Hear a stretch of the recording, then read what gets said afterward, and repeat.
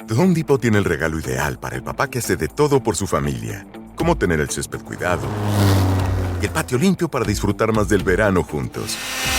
Dale más potencia a los proyectos de papá con las herramientas inalámbricas para exteriores de Ryobi en The Home Depot, como el kit de recortadora de cuerda Ryobi de 40 voltios por solo $159. El mejor regalo para papá lo encuentras en The Home Depot. Haces más, logras más. Sujeto a disponibilidad. I think it's actually not that hard to imagine we are the only civilization in the galaxy right now. Living. Yeah, that's currently extant. But there may be very many extinct civilizations. If each civilization has a typical lifetime comparable to, let's say, AI is the demise of our own, that's only a few hundred years of technological development, or maybe 10,000 years if you go back to the Neolithic Revolution, the dawn of agriculture. Hardly anything in cosmic time span. That's nothing. That's the blink of an eye.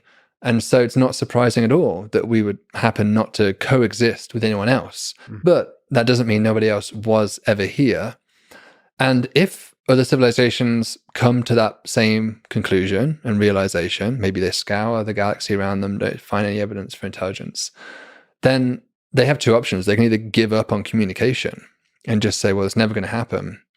We just may as well just, worry about what's happening here on our own planet. Or they could attempt communication, but communication through time. The following is a conversation with David Kipping, an astronomer and astrophysicist at Columbia University, director of the Cool Worlds Lab, and he's an amazing educator about the most fascinating scientific phenomena in our universe. I highly recommend you check out his videos on the Cool Worlds YouTube channel. David quickly became one of my favorite human beings. I hope to talk to him many more times in the future. This is the Lex Friedman Podcast. To support it, please check out our sponsors in the description. And now, dear friends, here's David Kipping. Your research at Columbia is in part focused on what you call cool worlds, or worlds outside our solar system where temperature is sufficiently cool to allow for moons, rings, and life to form, and for us humans to observe it. So can you tell me more about this idea, this place of cool worlds? Yeah, the history of discovering planets outside our solar system was really dominated by these hot planets. And that's just because of the fact they're easier to find. When the very first methods came online, these were primarily the Doppler spectroscopy method, looking for wobbling stars, and also the transit method. And these two both have a really strong bias towards finding these hot planets. Now, hot planets are interesting. The chemistry in their atmosphere is fascinating. It's very alien. An example of one that's particularly close to my heart is TRACE 2b, whose atmosphere is so dark, it's less reflective than coal. And so they have really bizarre photometric properties, yet at the same time, they resemble nothing like our own home. And so it said there's two types of astrophysicists. The astrophysicists who care about how the universe works. They want to understand the mechanics of the machinery of this universe. Why did the Big Bang happen? Why is the universe expanding? How are galaxies formed? And there's another type of astrophysicist which perhaps speaks to me a little bit more. It whispers into your ear, and that is, why are we here? Are we alone? Are there others out there? And ultimately, along this journey, the hot planets aren't going to get us there. When we're looking for life in the universe, it seems to make perfect sense that there should be planets like our own out there. Maybe even moons like our own planet around gas giants that could be habitable. And so my research has been driven by trying to find these more terraqueous globes that might resemble our own planet. So they're the ones that lurk more in the shadows in terms of how difficult it is to detect. They're much harder. They're harder for several reasons. The method we primarily use is the transit method. So this is really eclipses. As the planet passes in front of the star, it blocks out some starlight. The problem with that is that not all planets pass in front of their star. They have to be aligned correctly from your line of sight. And so the further away the planet is from the star, the cooler it is, the less likely it is that you're going to get that geometric alignment. So whereas a hot Jupiter, about 1% of hot Jupiters will transit in front of their star, only about 0.5%, maybe even 0.25% of Earth-like planets will have the right geometry to transit. And so that makes it much, much harder for us. What's the connection between temperature of the planet and geometric alignment? probability of geometrical alignment? There's not a direct connection, but they're connected by an intermediate parameter, which is their separation from the star. So the planet will be cooler if it's further away from the star, which in turn means that the probability of getting that alignment correct is going to be less. On top of that, they also transit their star less frequently. So if you go to the telescope and you wanted to discover a hot Jupiter, you could probably do it in a week or so, because the orbital periods of order of 1, 2, 3 days. So you can actually get the full orbit 2 or 3 times over. Whereas if you wanted to detect an Earth-like planet, you have to observe that star for 3, 4 years. And that's actually one of the problems with Kepler. Kepler was this very successful mission that NASA launched over a decade ago now, I think. And it discovered thousands of planets. It's still the dominant source of exoplanets that we know about. But unfortunately, it didn't last as long as we would have liked it to. It died after about 4.35 years, I think it was. And so for an Earth-like planet, that's just enough to catch 4 transits. And 4 transits was kind of seen as the minimum. But of course, the more transits you see, the easier it is to detect it, because you build up signal to noise. If you see the same thing tick, tick, tick, tick, tick, the more ticks you get, the easier it is to find it. And so it was really a shame that Kepler was just at the limit of where we were expecting it to start to see Earth-like planets. And in fact, it really found zero planets that are around stars like the sun, or orbits similar to the Earth around the sun, and could potentially be similar to our own planet in terms of its composition. And so it's a great shame, but that's why it gives astronomers more to do in the future. Just to clarify, the transit method is our primary way of detecting these things. And what it is when the object occludes the source of light just a tiny bit, a few pixels. And from that, we can infer something about its mass and size and distance and geometry, all of that. That's like trying to tell what at a party, you can't see anything about a person, but you can just see by the way they occlude others. So this is the method. But this is super far away. How many pixels of information do we have? Basically, how high resolution is the signal that we can get about these occlusions? You're right in your description. I think just to build upon that a little bit more, it might be almost like your vision is completely blurry. Like you have an extreme, eye prescription, and so you can't resolve anything. Everything's just blurs. But you can tell that something was there because it just got fainter for a short amount of time. Someone passed in front of a light. Yeah. And so that light in your eyes would just dim for a short moment. Now, the reason we have that problem with blurriness or resolution is just because the stars are so far away. I mean, the closest stars are 4 light years away, but most of the stars Kepler looked at were thousands of light years away. And so there's absolutely no chance that the telescope can physically resolve the star, or even the separation between the planet and the star is too small, especially for a telescope like Kepler. It's only a meter across. In principle, you can make those detections, but you need a different kind of telescope. We call that direct imaging. And direct imaging is a very exciting, distinct way of detecting planets. But it, as you can imagine, is going to be far easier to detect planets which are really far away from their star to do that, because that's going to make that separation really big. And then you also want the star to be really close to us, so the nearest stars. Not only that, but you would prefer that planet to be really hot, because the hotter it is, the brighter it is. And so that tends to bias direct imaging towards planets which are in the process of forming. Mm-hmm. So things which have just formed, the planet's still got all of its primordial heat embedded within it, and it's glowing. We can see those quite easily. But for the planets more like the Earth, of course, they've cooled down, and so we can't see that. The light is pitiful compared to a newly formed planet. We would like to get there with direct imaging. That's the dream, is to have the pale blue dot, an actual photograph of it, maybe even just a 1 pixel photograph of it. But for now, the entire solar system is 1 pixel, certainly with the transit method, most other telescopes. And so all you can do is see where that 1 pixel, which contains potentially dozens of planets and the star, maybe even multiple stars, dims for a short amount of time. It dims just a little bit, and from that you can infer something. Yeah, I mean, it's like being a detective in the scene, right? It's indirect clues of the existence of the planet. It's amazing that humans can do that. We're just looking out in these immense distances and looking, if there's alien civilizations out there, like let's say one exactly like our own, we're like, would we even be able to see an Earth that passes in the way of its sun and slightly dims. And that's the only sign we have of that alien human-like civilization out there, is it's just a little bit of a dimming. Yeah. I mean, it depends on the type of star we're talking about. If it is a star truly like the sun, the dip that causes is 84 parts per million. I mean, it's like the same as as like a firefly flying in front of like a giant floodlight at a stadium or something. That's the kind of the brightness contrast that you're trying to compare to. So it's extremely difficult detection.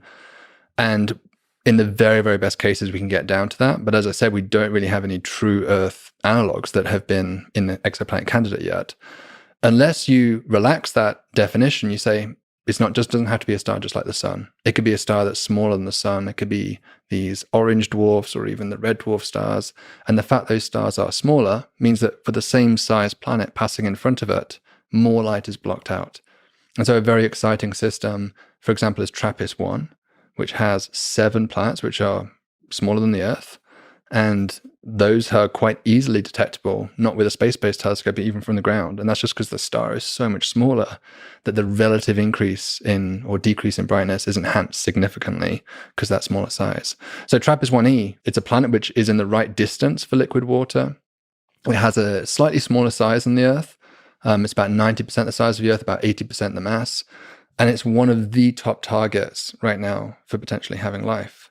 And yet it raises many questions about what would that environment be like. This is a star which is 1/8 the mass of the sun.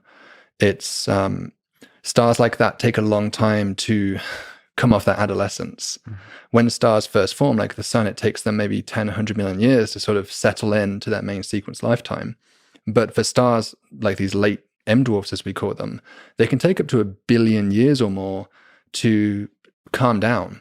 And during that period, they're producing huge amounts of X-rays, ultraviolet radiation that could potentially rip off the entire atmosphere. It may desiccate the planets in the system. And so even if water arrived by comets or something, it may have lost all that water due to this prolonged period of high activity. So we have lots of open-ended questions about these M-dwarf planets, but they are the most accessible. And so in the near term, if we detect anything in terms of biosignatures, it's going to be for one of these red dwarf stars. It's not going to be a true Earth twin, as we would recognize it as having a yellow star. Well, let me ask you, I mean, there's a million ways to ask this question. I'm sure I'll ask it about habitable worlds. Let's just go to our own solar system. What can we learn about the planets and moons in our solar system that might contain life? Whether it's Mars or some of the moons of Jupiter and Saturn. What kind of characteristics, because you said it might not need to be Earth-like, what kind of characteristics might we be looking for? When we look for life, it's hard to define even what life is, but we can maybe do a better job in defining the sorts of things that life does. And that provides some aspects to some avenue for looking for them. Classically, conventionally, I think we thought the way to look for life was to look for oxygen. Oxygen is a byproduct of photosynthesis on this planet. We didn't always have it. Certainly, if you go back to the Archean period, there was, you have this period called the Great Oxidation Event where the Earth floods with oxygen for the first time and starts to saturate the oceans and then into the atmosphere. And so that oxygen, if we detect it on another planet, whether it be Mars, Venus, or an exoplanet, whatever it is, that was long thought to be evidence for something doing photosynthesis. Because if you took away all the plant life on the Earth, the oxygen wouldn't just hang around here. It's a highly reactive molecule. It would oxidize things. And so within about 1 million years, you would probably lose all the oxygen on planet Earth. So that was conventionally how we thought we could look for life. And then we started to realize that it's not so simple because there might be other things that life does apart from photosynthesis. Certainly the vast majority of the Earth's history had no oxygen, and yet there was living things on it. So that doesn't seem like a complete test. And secondly, could there be other things that produce oxygen besides from life?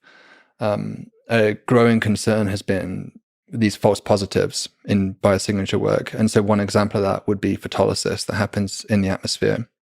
When ultraviolet light hits the upper atmosphere, it can break up water vapor. The hydrogen splits off to the oxygen. The hydrogen is a much lighter atomic species, and so it can actually escape certainly planets like the Earth's gravity. That's why we don't have any hydrogen or very little helium. And so that leaves you with the oxygen, which then oxidizes the surface. And so there could be a residual oxygen signature just due to this photolysis process. So we've been trying to generalize, and certainly in recent years, there's been other suggestions, things we could look for in the solar system and beyond. Nitrous oxide, basically laughing gas, is a product of microbes. That's something that we're starting to get more interest in looking for. Methane gas in combination with other gases can be an important biosignature. Phosphine as well, and phosphine is particularly relevant to the solar system because there was a lot of interest for Venus recently. You may have heard that there was a claim of a biosignature in Venus's atmosphere. I think it was like 2 years ago now. And the judge and jury are still out on that.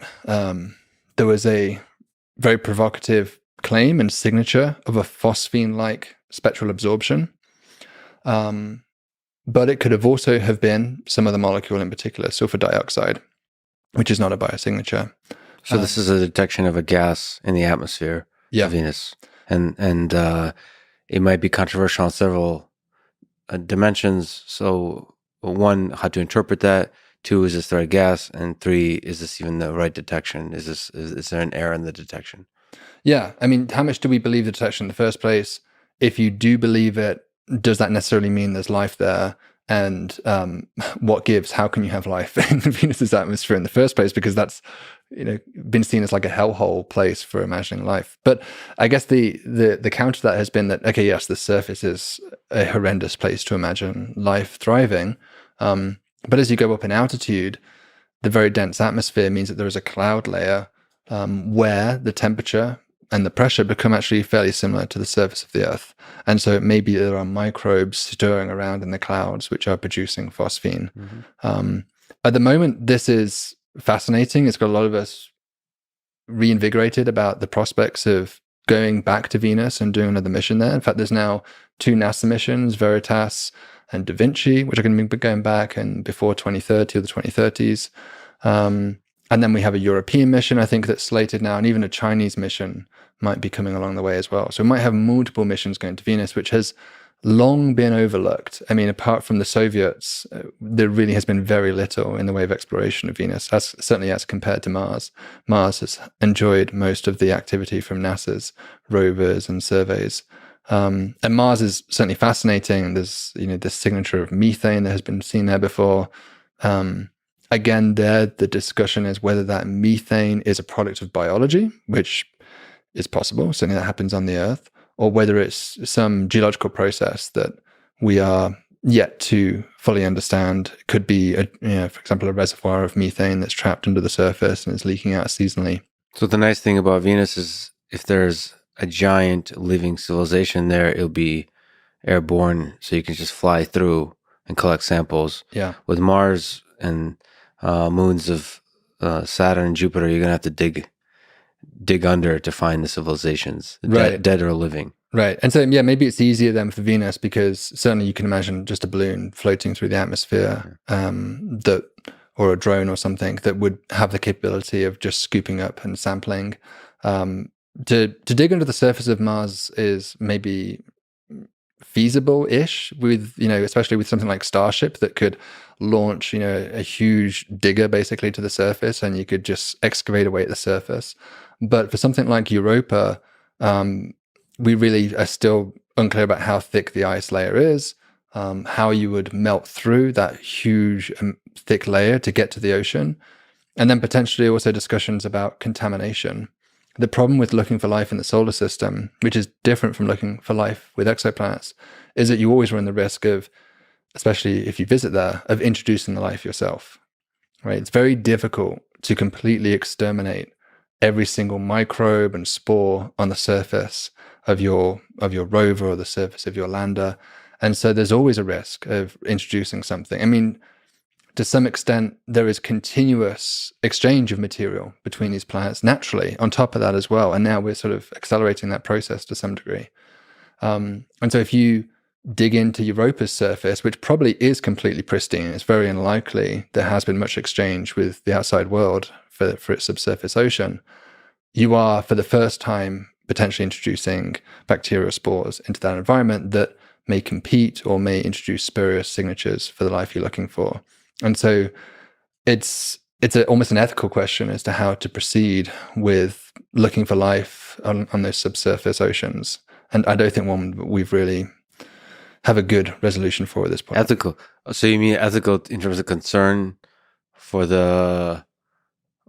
for preserving life elsewhere, not Right. not to murder it, Yeah. as opposed to a scientific one. I mean, we always worry about a space virus, right? Coming here, or some kind of external source, and that we would be the source of that potential contamination. Or the other direction. Yeah.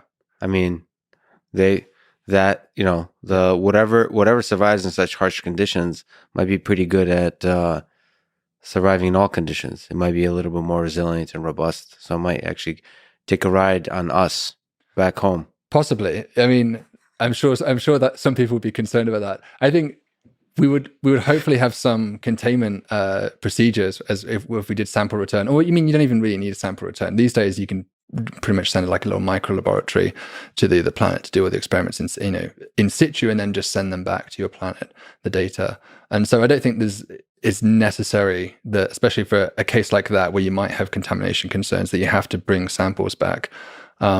Although probably if you brought back European sushi, it would probably sell for quite a bit with the billionaires in New York City. Sushi, yeah. I would love, from an engineering perspective, just to see all the different candidates and designs for like the scooper for Venus and the scooper for Europa and Mars. I haven't really looked deeply into how they actually, like the actual engineering of collecting the samples, because that's the engineering of that is probably essential for not either destroying life or polluting it with our own microbes and so on. So that's like an interesting engineering challenge. I usually, for rovers and stuff, focus on the sort of the mobility aspect of it, on the robotics, the perception, and the movement, and the planning and the control. But there's probably the scooper is probably where the action is. The microscopic sample collection. So basically, you have to first clean your vehicle, make sure it doesn't have any earth-like things on it, and then you have to put it into some kind of thing that's perfectly sealed from the environment. So if we bring it back or we analyze it, it's not going to bring anything else external in. Yeah, I don't know. That would be an interesting engineering design there. Yeah, I mean, Curiosity has been leaving these little pods on the surface quite recently. There's some neat photos you can find online, and they kind of look like lightsaber hilts, which so to me, I think I tweeted something like this weapon is your life, like don't lose it, Curiosity, because it's just dumping these little vials everywhere, and it is scooping up these things, and the intention is that in the future there will be a sample return mission that will come and pick these up. But the engineering behind those things is so impressive. The thing that blows me away the most has been the landings. Especially, I'm training to be a pilot at the moment, so that's the sort of watching landings has become like my pet hobby on YouTube at the moment, and how not to do it, how to do it with different levels of conditions and things. But with when you think about landing on Mars, just the light travel time effect means that there's no possibility of a human controlling that descent, and so you have to put all of your faith and your trust in the computer code or the AI or whatever it is that you've put on board that thing to make the correct descent. And so there's this famous period called 7 minutes of hell, where you're basically waiting for that light travel time to come back to know whether your vehicle successfully landed on the surface or not. And during that period, in your mind simultaneously that it is doing these multi-stages of deploying its parachute, deploying the crane, activating its jets to come down and controlling its descent to the surface. And then the crane has to fly away so it doesn't accidentally hit the rover. And so there's a series of multi-stage points where any of them go wrong, the whole mission could go awry. And so the fact that we are fairly consistently able to build these machines that can do this autonomously is, to me, one of the most impressive acts of engineering that NASA have achieved. Yes, the unfortunate fact about physics is the takeoff is easier than the landing. Yes. And you mentioned Starship. One of the incredible engineering feats that you get to see is the reusable rockets that take off, but they land, and they land using control, and they do so perfectly. And sometimes when it's synchronous, it's beautiful to see. And then with Starship, you see the the chopsticks that catch the ship. I mean, there's just so much incredible engineering. But you mentioned Starships is somehow helpful here. So what's your hope with Starship? What kind of science might it enable, possibly? There's two things. I mean, it's the launch cost itself, which is hopefully going to mean per kilogram, it's going to dramatically reduce the cost of its the sort of the level. Even if it's a factor of 10 higher than what Elon originally promised, this is going to be a revolution for the cost to launch. That means you could do all sorts of things. You could launch large telescopes, which could be basically like JWST, but you don't even have to fold them up. JWST had this whole issue with its design that it's 6.5 meters across. And so there's no fuselage, which is that large at the time. The Ares 4 wasn't large enough for that. And so they had to fold it up into this kind of complicated origami. And so a large part of the cost was figuring out how to fold it up, testing that it unfolded correctly, repeated testing. And, there was something like 130 fail points or something during this unfolding mechanism. And so all of us were holding our breath during that process. But if you have the ability to just launch, arbitrarily large masses, at least comparatively compared to JWST, and very large mirrors into space, you can more or less repurpose ground-based mirrors. The Hubble Space Telescope mirror and the JWST mirrors are designed to be extremely lightweight, and that increased their cost significantly. They have this kind of honeycomb design on the back to try and minimize the weight. If you don't really care about weight because it's so cheap, then you could just literally grab many of the existing ground-based mirrors across telescopes across the world, 4 meter, 5 meter mirrors, and just pretty much attach them to a chassis and have your own space-based telescope. I think the Breakthrough Foundation, for instance, is an entity that has been interested in doing this sort of thing. And so that raises the prospects of having not just one WST that just, WST is a fantastic resource, but it's split between all of us, cosmologists, star formation, astronomers, those of us studying exoplanets, those of us wanting to study, the ultra deep fields and the origin of the first galaxies, the expansion rate of the universe. Everyone has to share this resource, but we could potentially each have, one JWST each that is maybe just studying a handful of the brightest exoplanet stars and measuring their atmospheres. This is important because if we talked about this planet TRAPPIST-1e earlier, that planet, if JWST stared at it and tried to look for biosignatures, by which I mean oxygen, nitrous oxide, methane, it would take it of order of 200 transits to get even a very marginal, what we'd call 2.5 sigma detection of those, which basically nobody would believe with that. And 100 transits, this thing transits once every 6 days. So you're talking about sort of 4 years of staring at the same star with one telescope. There'd be some breaks, but it'd be hard to schedule much else because you'll have to continuously catch each one of these transits to build up your signal to noise.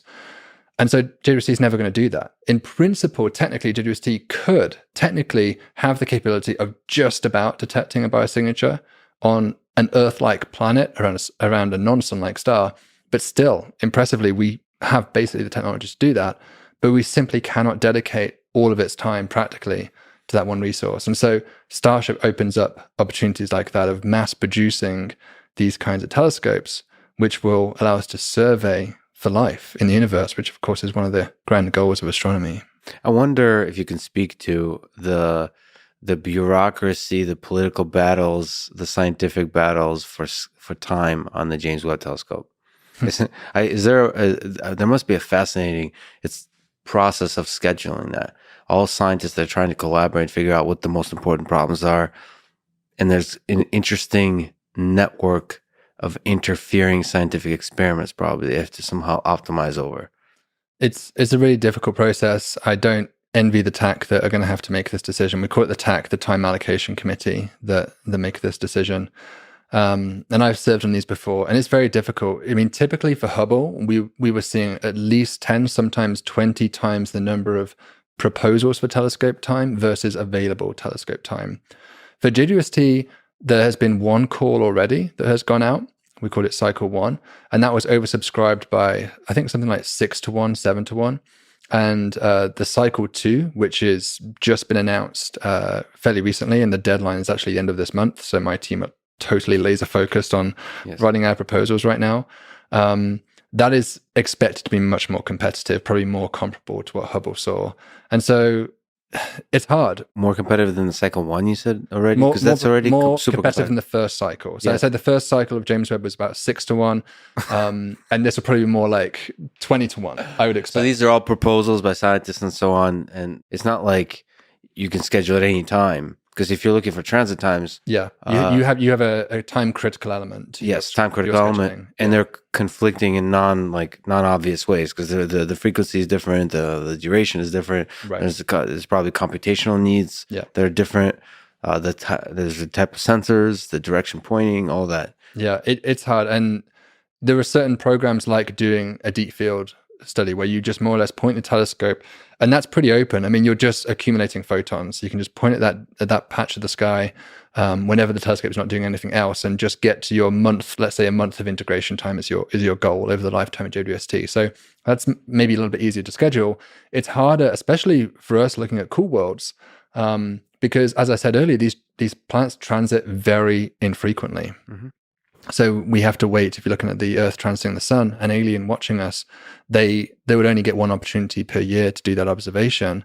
The transit lasts for about 12 hours. And so if they don't get that time, it's hard. That's it. If it conflicted with another proposal that wants to use another time critical element, it's much easier for planets like these hot planets or these close-in planets because they transit so frequently. There's maybe 100 opportunities. And so then the TAC can say, okay, they want 10 transits. There's 100 opportunities here. It's easier for us to give them time. We're almost in the worst case scenario. We're proposing to look for exomoons around 2 cool planets. Mm-hmm. And so we really only have one bite of the cherry for each one. And so our sales pitch has been that these are extremely precious events. And more importantly, JWST is the only telescope, the only machine humanity has ever constructed, which is capable of finding moons akin to the moons in our solar system. Kepler can't do it, even Hubble can't do it. JWST is the first one. And so there is a new window to the universe because we know these moons exist. They're all over the place in the solar system. You have the moon, you have Io, Callisto, Europa, Ganymede, Titan. Lots of moons are fairly similar size, sort of 30% the size of the Earth. And this telescope is the first one that can find them. And so we're very excited about the profound implications of ultimately solving this journey we're on in astronomy, which is to understand our uniqueness. We want to understand how common is the solar system. Are we the architecture that frequently emerges naturally, or is there something special about what happened here? I think this is not the worst case. It's the best case. It's obvious. It's super rare. So you have to I love scheduling from a computer science perspective. That's my background. So algorithmically, to solve a scheduling problem, I would schedule the rarest things first. Yep. And obviously this is the JWST is the first thing that can actually detect a cool world. So this is a big new thing. You can show off that new thing. It happens rarely. Schedule it first. It's perfect. You should be on the TAC. This is perfect. I will. I'll file my application after we're done with this. I this part of me is the OCD. Part of me is the computational aspect. I love scheduling, computing device, because you have that kind of scheduling on supercomputers. On that scheduling problem is fascinating. How do you prioritize computation? How do you prioritize science, data collection, sample collection, all that kind of stuff? It's actually kind of fascinating because data, in ways you expect and don't expect, will unlock a lot of solutions to some fascinating mysteries. And so collecting the data and doing so in a way that maximizes the possibility of discovery is really interesting, like from a computational perspective. I agree. There's a real satisfaction in extracting the maximum science per unit time out of your telescope. Exactly. And that's the TAC's job. But the TAC are not machines. They're not a piece of computer code. They will make their selections based off human judgment. And a lot of the telescope, certainly within the field of exoplanets, because there's different fields of astronomy, but within the field of exoplanets, I think a good expectation is that most of the telescope time that JWST have will go towards atmospheric retrieval, which is sort of alluded to earlier, like detecting molecules in the atmospheres, not biosignatures, because as I said, it's really not designed to do that. It's pushing JWST probably too far to expect it to do that. But it could detect, for example, a carbon dioxide rich atmosphere on TRAPPIST-1e. That's not a biosignature, but you could prove it's like a Venus in that case, or maybe like a Mars in that case. Like both those have carbon dioxide rich atmospheres. Doesn't prove or disprove the existence of life either way, but it is our first characterization of the nature of those atmospheres. Maybe we can even tell the pressure level and the temperature of those atmospheres. So that's very exciting. But we are competing with that, and that I think that science is completely mind-blowing and fantastic. We have a completely different objective, which is in our case to try and look for the first evidence of these small moons around these planets, potentially even moons which could be habitable, of course. So I think it's a very exciting goal, but Attack has to make a human judgment essentially about which science are they most excited by, which one has the highest promise of return, the most highest chance of return. And so that's hard, because if you look at a planetary atmosphere, well, most of the time the planet has an atmosphere already. And so there's almost a guaranteed success that you're going to learn something about the atmosphere by pointing JWST at it. Whereas in our case, there's a harder sell. We are looking for something that we do not know for sure exists yet or not. And so we are pushing the telescope to do something which is inherently more risky. Yeah, but the existence, if shown, already gives a deep lesson about what's out there in the universe. That means that other stars have similar types of variety as we have in our solar system.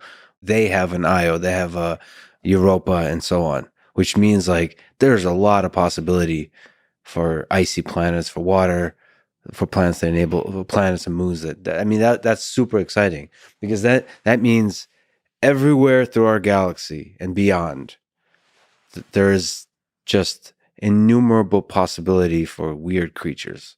I agree. Life forms. You don't have to convince me. Absolutely. I mean, NASA has been on this quest for a long time, and it's sometimes called E to Earth. It's the frequency of Earth-like, usually they say planets in the universe. How common are planets similar to our Earth in terms of ultimately, we'd like to know everything about these planets in terms of the amount of water they have, how much atmosphere they have. But for now, it's kind of focused just on the size and the distance from the star, essentially. How often do you get similar conditions to that? That was Kepler's primary mission, and it really just kind of flirted with the answer. It didn't quite get to a definitive answer. But I always say, look, if we're looking, if that's our primary goal, to look for Earth-like, I would say, worlds, then moons has to be a part of that, because we know that Earth-like, from the Kepler data, the preliminary result is that Earth-like planets around sun-like stars is not an inevitable outcome. It seems to be something like a 1 to 10% outcome. So it's not particularly inevitable that happens. But we do often see about half of all sun-like stars have either a mini Neptune, or a Jupiter in the habitable zone of their stars. That's a very, very common occurrence that we see. Yet we have no idea how often they have moons around them, which could also be habitable. And so there may very well be, if even 1 in 5 of them has an Earth-like moon or even a Mars-like moon around them, then there would be more habitable real estate in terms of exomoons than exoplanets in the universe. So you can essentially 2x, 3x, 5x, maybe 10x the number of habitable worlds out there in the universe. Our current estimate for like the Drake equation. Absolutely. Yeah. So this is one way to increase the confidence and increase the value of that parameter. And just know where to look. I mean, we would like to know, where should we listen for technosignatures? Where should we be looking for biosignatures? And not only that, but what role does the moon have in terms of its influence on the planet? We talked about these directly imaged telescopes earlier, these missions that want to take a photo, to quote Carl Sagan, the pale blue dot of our planet, but the pale blue dot of an exoplanet. And that's the dream, to one day capture that. But as impressive as the resolution is that we are planning and conspiring to design for the future generation telescopes to achieve that, even those telescopes will not have the capability of resolving the Earth and the moon within that. It'll be a pale blue dot pixel, but the moon's grayness will be intermixed with that pixel. And so this is a big problem, because one of the ways that we are claiming to look for life in the universe is a chemical disequilibrium. So you see two molecules that just shouldn't be there. They normally react with each other, or even one molecule that's just too reactive to be hanging around the atmosphere by itself. So if you had oxygen and methane hanging out together, those would normally react fairly easily. And so if you detected those two molecules in your pale blue dot spectra, you'd be like, okay, we have evidence for life. Something's metabolizing on this planet. However, the challenge here is, what if that moon was Titan? Titan has a methane-rich atmosphere. And what if the pale blue dot was in fact a planet devoid of life, but it had oxygen because of water undergoing this photolysis reaction, splitting into oxygen and hydrogen separately? So then you have all of the hallmarks of what we would claim to be life, but all along you were tricked. It was just a moon that was deceiving you. And so we're never going to, I would claim, really understand or complete this quest of looking for life biosignatures in the universe unless we have a deep knowledge of the prevalence and role that moons have. They may even affect the habitability of the planets themselves. Of course, our own moon is freakishly large. By mass ratio, it's the largest moon in the solar system. It's a 1% mass moon. If you look at Jupiter's moons, they're like 10 to the power minus 4, much smaller. And so our own moon seems to stabilize the obliquity of our planet. It gives rise to tides.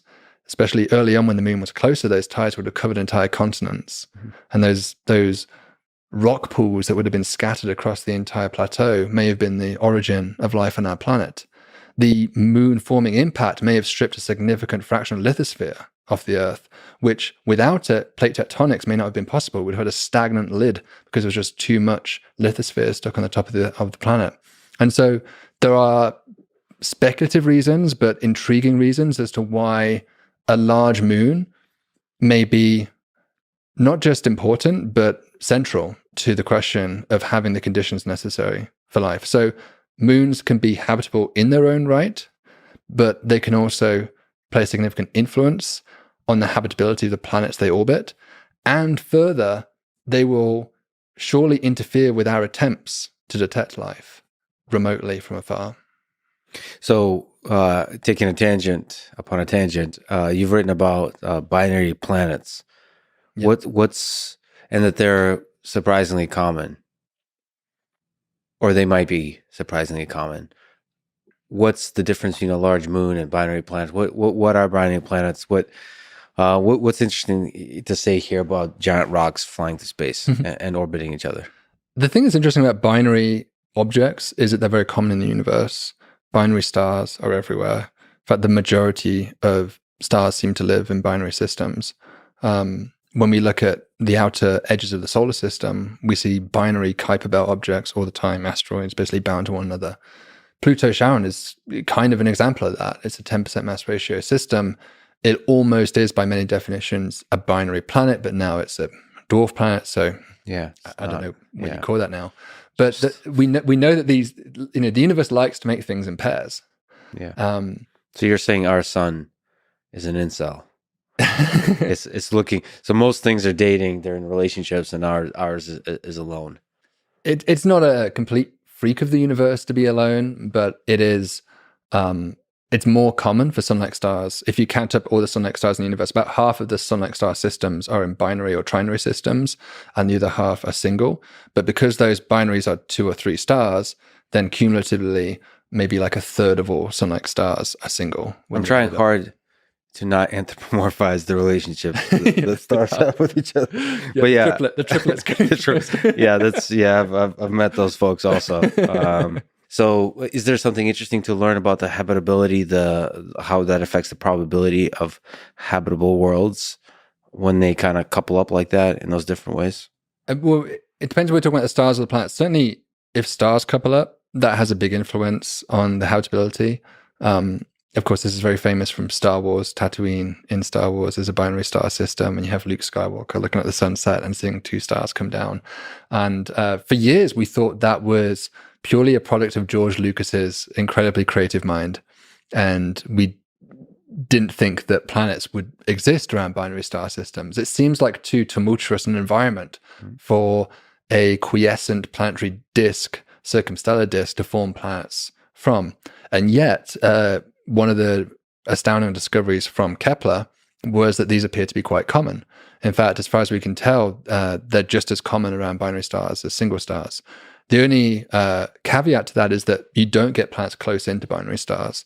They have like a clearance region on the inside, where planets, maybe they form there, but they don't last. They are dynamically unstable in that zone. But once you get out to about the distance that the Earth orbits the sun, or even a little bit closer in, you start to find planets emerging. And so that's the right distance for liquid water, it's the right distance for potentially life on those planets. And so there may very well be plenty of habitable planets around the binary stars. Binary planets is a little bit different. Binary planets, I don't think we have any serious connection of planet binarity to habitability. Certainly when we investigated it, that wasn't our drive, that this is somehow the solution to life in the universe or anything. It was really just like all good science questions, a curiosity-driven question. What's the dynamic? Are they legit orbiting each other as they orbit the star? So the formation mechanism proposed here, because it is very difficult to form two protoplanets close to each other like this. They would generally merge within the disk, and so that's why you normally get single planets. But you could have something like Jupiter and Saturn form at separate distances. They could dynamically be scattered in towards one another and basically not quite collide, but have a very close-on encounter. Now, because tidal forces increase dramatically as the distance decreases between two objects, the tides can actually dissipate the kinetic energy and bring them bound into one another. So that seemed, when we, when you first hear that, you think, well, that seems fairly contrived, that you'd have the conditions just right to get these tides to cause a capture. But numerical simulations have shown that about 10% of planet-planet encounters are shown to produce something like binary planets, which is a startling prediction. And so that seems at odds with, naively, the exoplanet catalog, for which we know of so far no binary planets. And we propose one of the resolutions to this might be that the binary planets are just incredibly difficult to detect, which is also counterintuitive. Because remember how they form is through this tidal mechanism. And so they form extremely close to each other. Sort of the distance that Io is away from Jupiter, just a few planetary radii, they're almost touching one another. And they're just tidally locked, facing each other for eternity. And so in that configuration, as it transits across the star, it kind of looks like you can't really resolve those two planets. It just looks like one planet to you that's going across the star. The temporal resolution of the data is rarely good enough to distinguish that. And so you'd see one transit, but in fact, it's two planets very close together, which are transiting at once.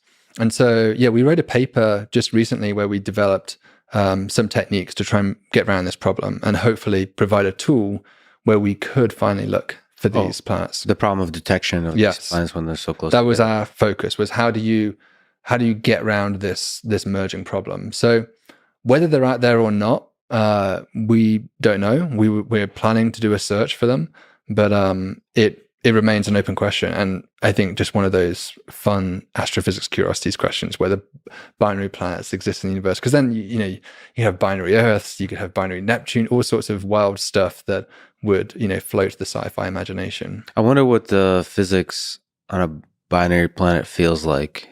It might be trivial. I have to think about that. I wonder if there's some interesting dynamics. Like, you feel multiple... Or would gravity feel different at different parts of the surface of the sphere when there's another large sphere that's in? Yeah, I would think that the force would be fairly similar because the shape of the object would deform to a flat geopotential, essentially, a uniform geopotential, but it would lead to a distorted shape for the two objects. I think they'd become ellipsoids facing one another. So it would be pretty wild. When people like flat Earth or spherical Earth, you fly from space and you see a football-shaped Earth. It's your own planet. Finally, there's proof. And I wonder how difficult it would be to travel from one to the other. Because you have to overcome no, it might be kind of easy. Yeah, I mean, they're so close to each other, that helps. And I think the most critical factor would be how massive is the planet. That's always, one of the challenges with escaping planets, there was a fun paper one of my colleagues wrote that suggested that super Earth planets may be inescapable. If you're a civilization that were born on a super Earth, the surface gravity is so high that the chemical potential energy of hydrogen or methane, whatever fuel you're using, simply is at odds with the gravity of the planet itself. And so you would, our current rockets, I'm not sure of the fraction, but maybe like 90% of the rocket is fuel or something by mass. These things would have to be like the size of the Giza pyramids of fuel with just a tiny tip on the top in order just to escape their planetary atmosphere. And so it has been argued that if you live on a super Earth, you may be forced to live there forever. There may be no escape unless you invent a space elevator or something. But then, how do you even build the infrastructure in space to do something like that in the absence of a successful rocket program? And so, the more and more we look at our Earth and think about the sorts of problems we're facing, the more you see things about the Earth which make it ideally suited in so many regards. It's almost spooky, right? That we not only live on a planet which has the right conditions for life, for intelligent life, for sustained fossil fuel industry, just happens to be in the ground. We have plenty of fossil fuels to get our industrial revolution going. But also the chemical energy contained within those fossil fuels and hydrogen and other fuels is sufficient that we have the ability to escape our planetary atmosphere and planetary gravity to have a space program.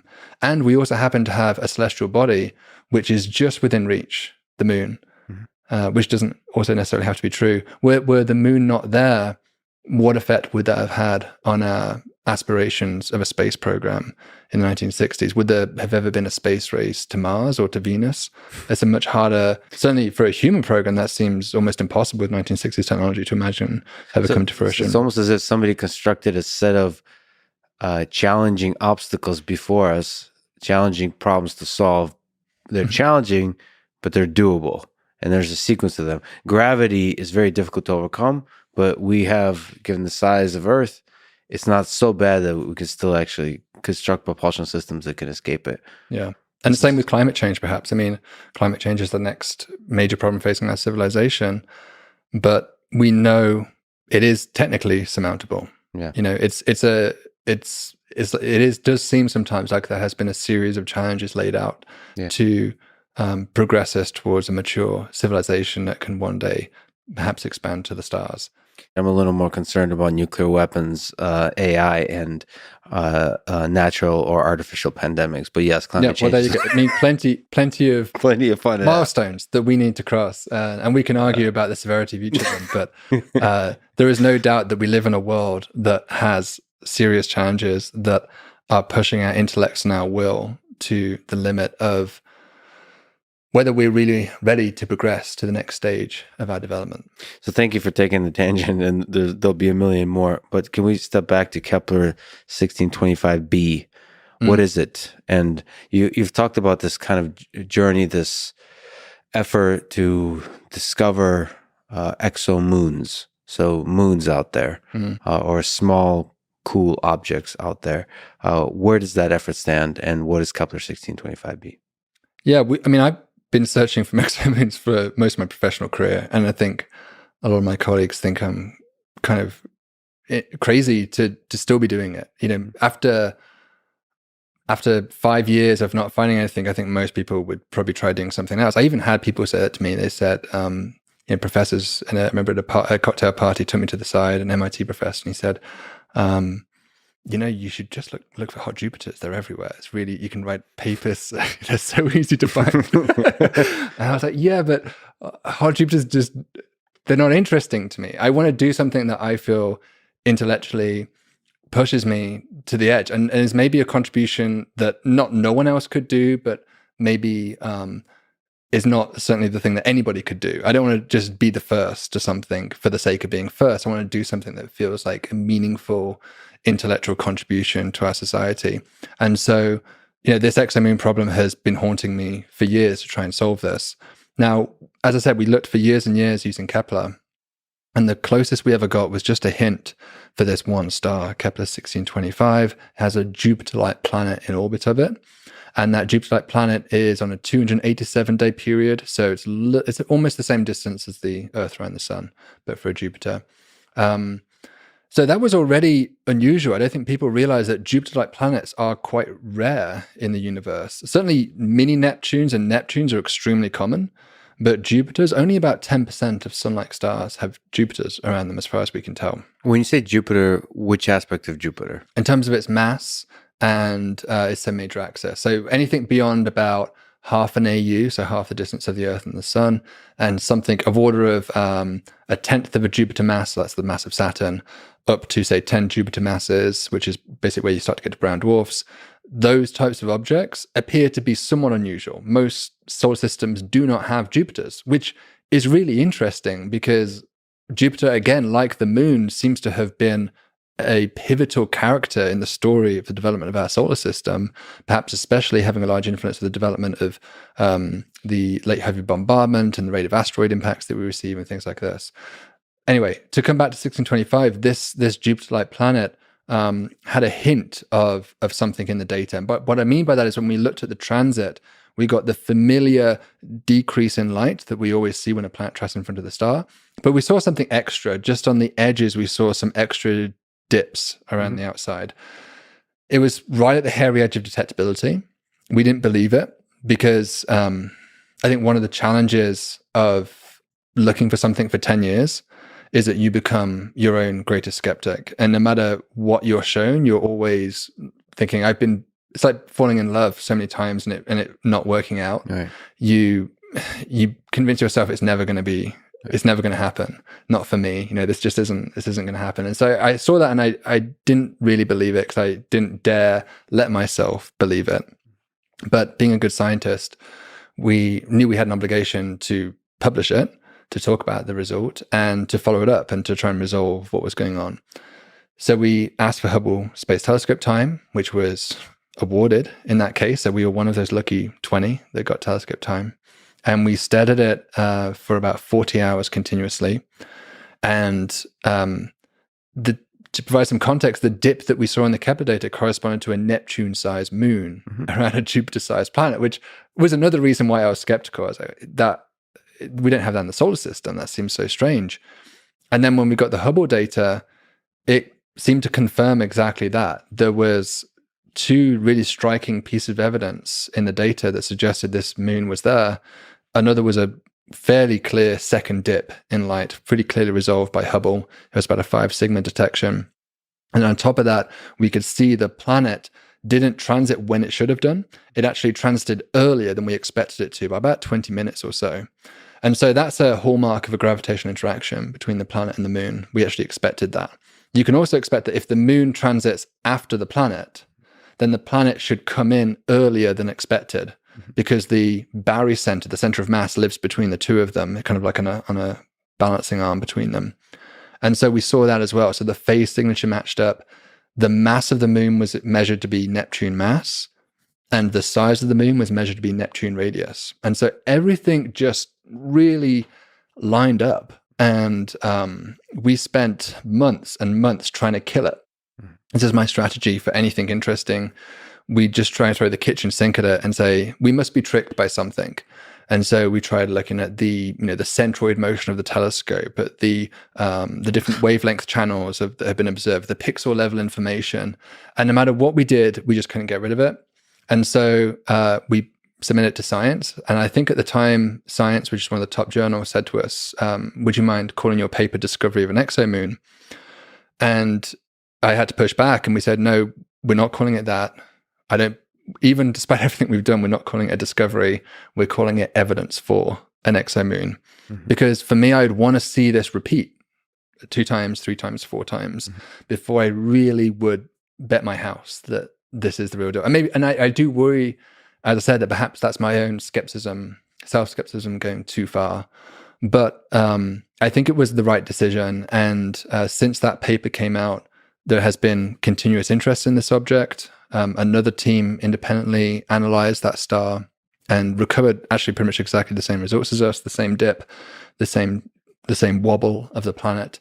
And a third team looked at it and they actually got something different. They saw the dip was diminished compared to what we saw. They saw a little hint of a dip, but not as pronounced as what we saw. And they saw the wobble as well. So there's been a little bit of tension about analyzing the reduction of the Hubble data. And so the only way in my mind to resolve this is just to look again. We actually did propose to Hubble straight after that. And we said, look, if our model is right, if the moon is there, it came in late last time. It transited after the planet. Because of the orbit, we can calculate that it should transit before the planet next time. If it's not there, if it doesn't transit before, and even if we see a dip afterwards, we know that's not our moon. It's obviously some instrumental effect with the data. We had a causal prediction as to where the moon should be. And so I was really excited about that, but we didn't get the telescope time. And unfortunately, if you go further into the future, we no longer have the predictive capability, because it's like predicting the weather. You might be able to predict the weather next week to some level of accuracy, but predicting the weather next year becomes incredibly hard. The uncertainties just grow and compound as you go forward into the future more and more. How were you able to know where the moon would be positioned? So you're able to tell the orbiting like geometry and frequency? Yeah, so from the basically from the wobbles of the planet itself, that tells us the orbital motion of the moon. It's the reflex motion of the moon upon the planet. Isn't it just an estimate to where, like, I'm concerned about you making a strong prediction here, because like if you don't get the moon where the moon leads on the next time around, if you did get Hubble time, couldn't that mean something else if you didn't see that? Like, because you said it would be an instrumental. I feel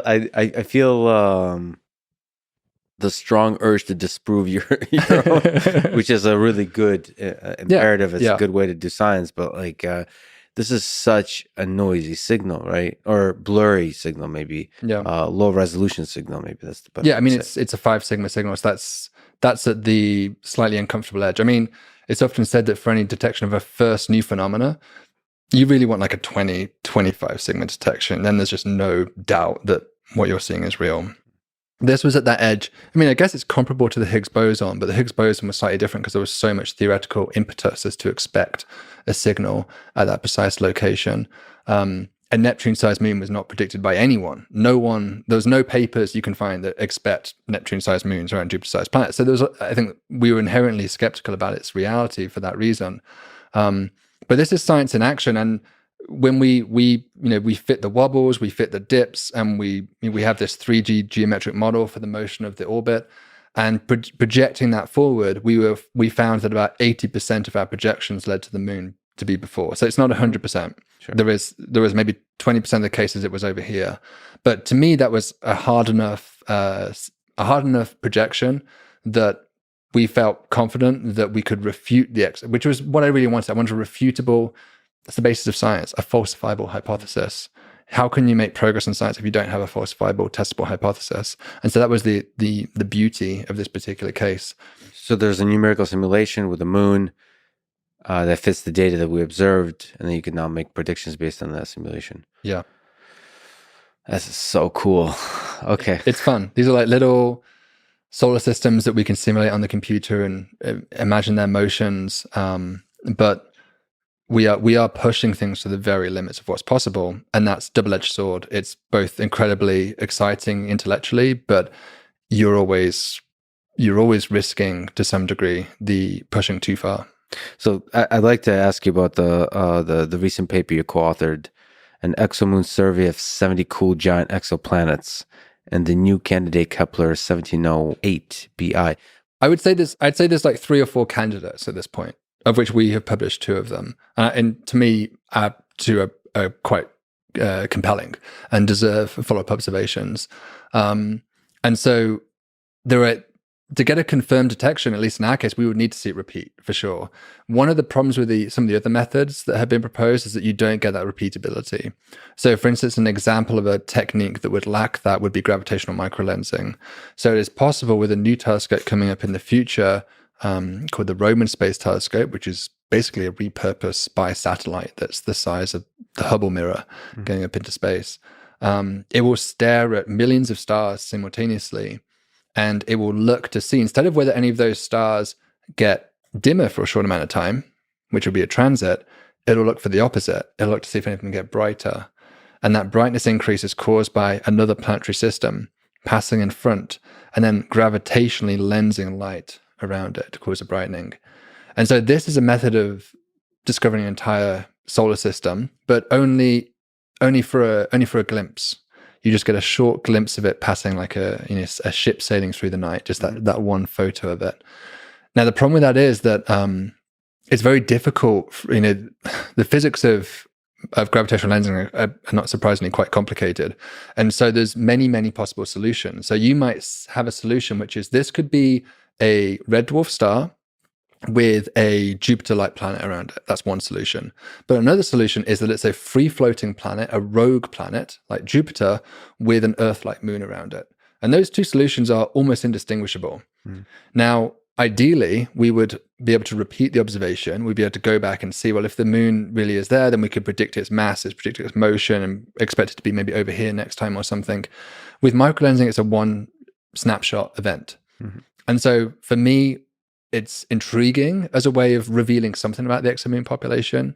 But I always come back to transits because it's the only method we really have that's absolutely repeatable, that will be able to come back and prove to everyone that, look, on the 17th of October, the moon will be over here and the moon will look like this, and we can actually capture that image. And that's what we see with, of course, many exoplanets. So we want to get to that same point of full confidence, full confirmation, the slam dunk detection of these exomoons. But it's been a hell of a journey to try and push the field into that direction. And is there some resistance to the transit method? Not to the transit method. I just say to exomoons. So the transit method is by far the most popular method for looking for exoplanets. But as I've alluded to, exomoons is kind of a niche topic within the discipline of exoplanets, and that's largely because there are people I think are waiting for those slam dunks. And it was like if you go back to the first exoplanet discovery that was made in 1995 by Michel Mayor and Didier Queloz, I think it's true at the time that they were seen as mavericks, that the idea of looking for planets around stars was considered fringe science. And, I'm sure many colleagues told them, why don't you do something more safe, like study eclipsing stars, two binary star systems? We know those exist. So why are you wasting your time looking for planets? You're going to get this alien moniker or something, and you'll be seen as a fringe maverick scientist. And so I think it was quite difficult for those early planet hunters to get legitimacy and be taken seriously. And so very few people risked their careers to do it, except for those that were either emboldened to try or had maybe the career, maybe like tenure or something, so they didn't have to necessarily worry about the implications of failure. And so once that happened, once they made the first discoveries, overnight, everyone and their dog was getting into exoplanets, and all of a sudden the whole astronomy community shifted, and huge numbers of people that were once upon a time studying eclipsing binaries, changed to becoming exoplanet scientists. And so that was the first wave of exoplanet scientists. We're now in a kind of a second wave, or maybe a third wave, where people like me, to some degree, kind of grew up with the idea of exoplanets as being normal. I was 11 years old, I guess, when the first exoplanet was discovered. And so to me, it was a fairly normal idea to grow up with.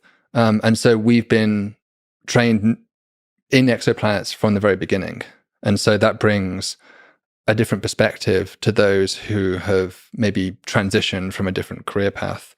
And so I suspect with exomoons and probably technosignatures, astrobiology, many of the topics which are seen at the fringes of what's possible, they will all open up into becoming mainstream one day. But there's a lot of people who are just waiting for that assuredness that there is a secure career net ahead of them before they commit. Yeah, it does seem to me that exomoons open wider, or open for the first time, the door to aliens.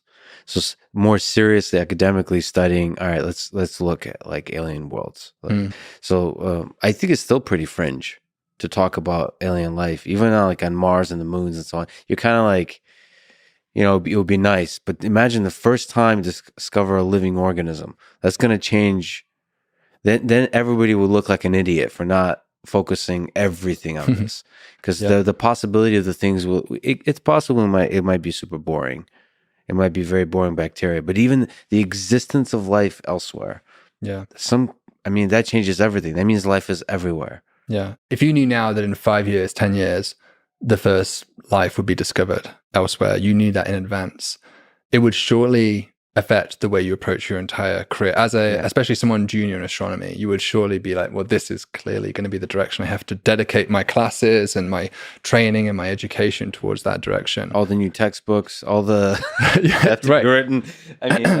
And I think there's a lot of value to hedging, like allocating some of the time to that possibility, because the kind of discoveries we might get in the next few decades, it feels like we're on the verge of a lot of getting a lot of really good data and having better and better tools that can process that data. So there's just going to be a continuous increase of the kind of discoveries that will open. But a slam dunk, that's hard to come by. Yeah, I think a lot of us are anticipating.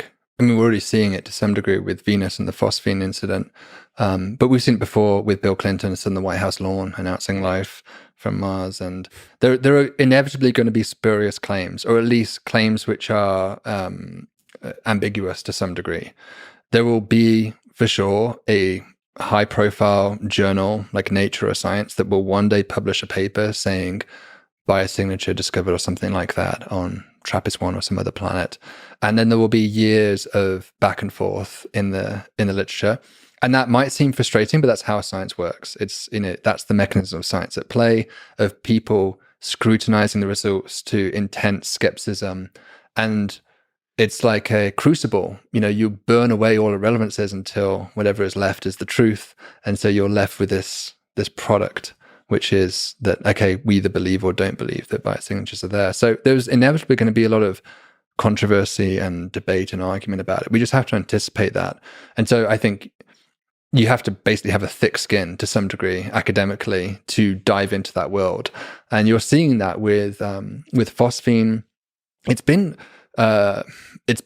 been uncomfortable to watch from the outside, the kind of dialogue that some of the scientists have been having with each other about that, because they get a little aggressive. Yeah, and you can understand why, because jealousy. I don't know.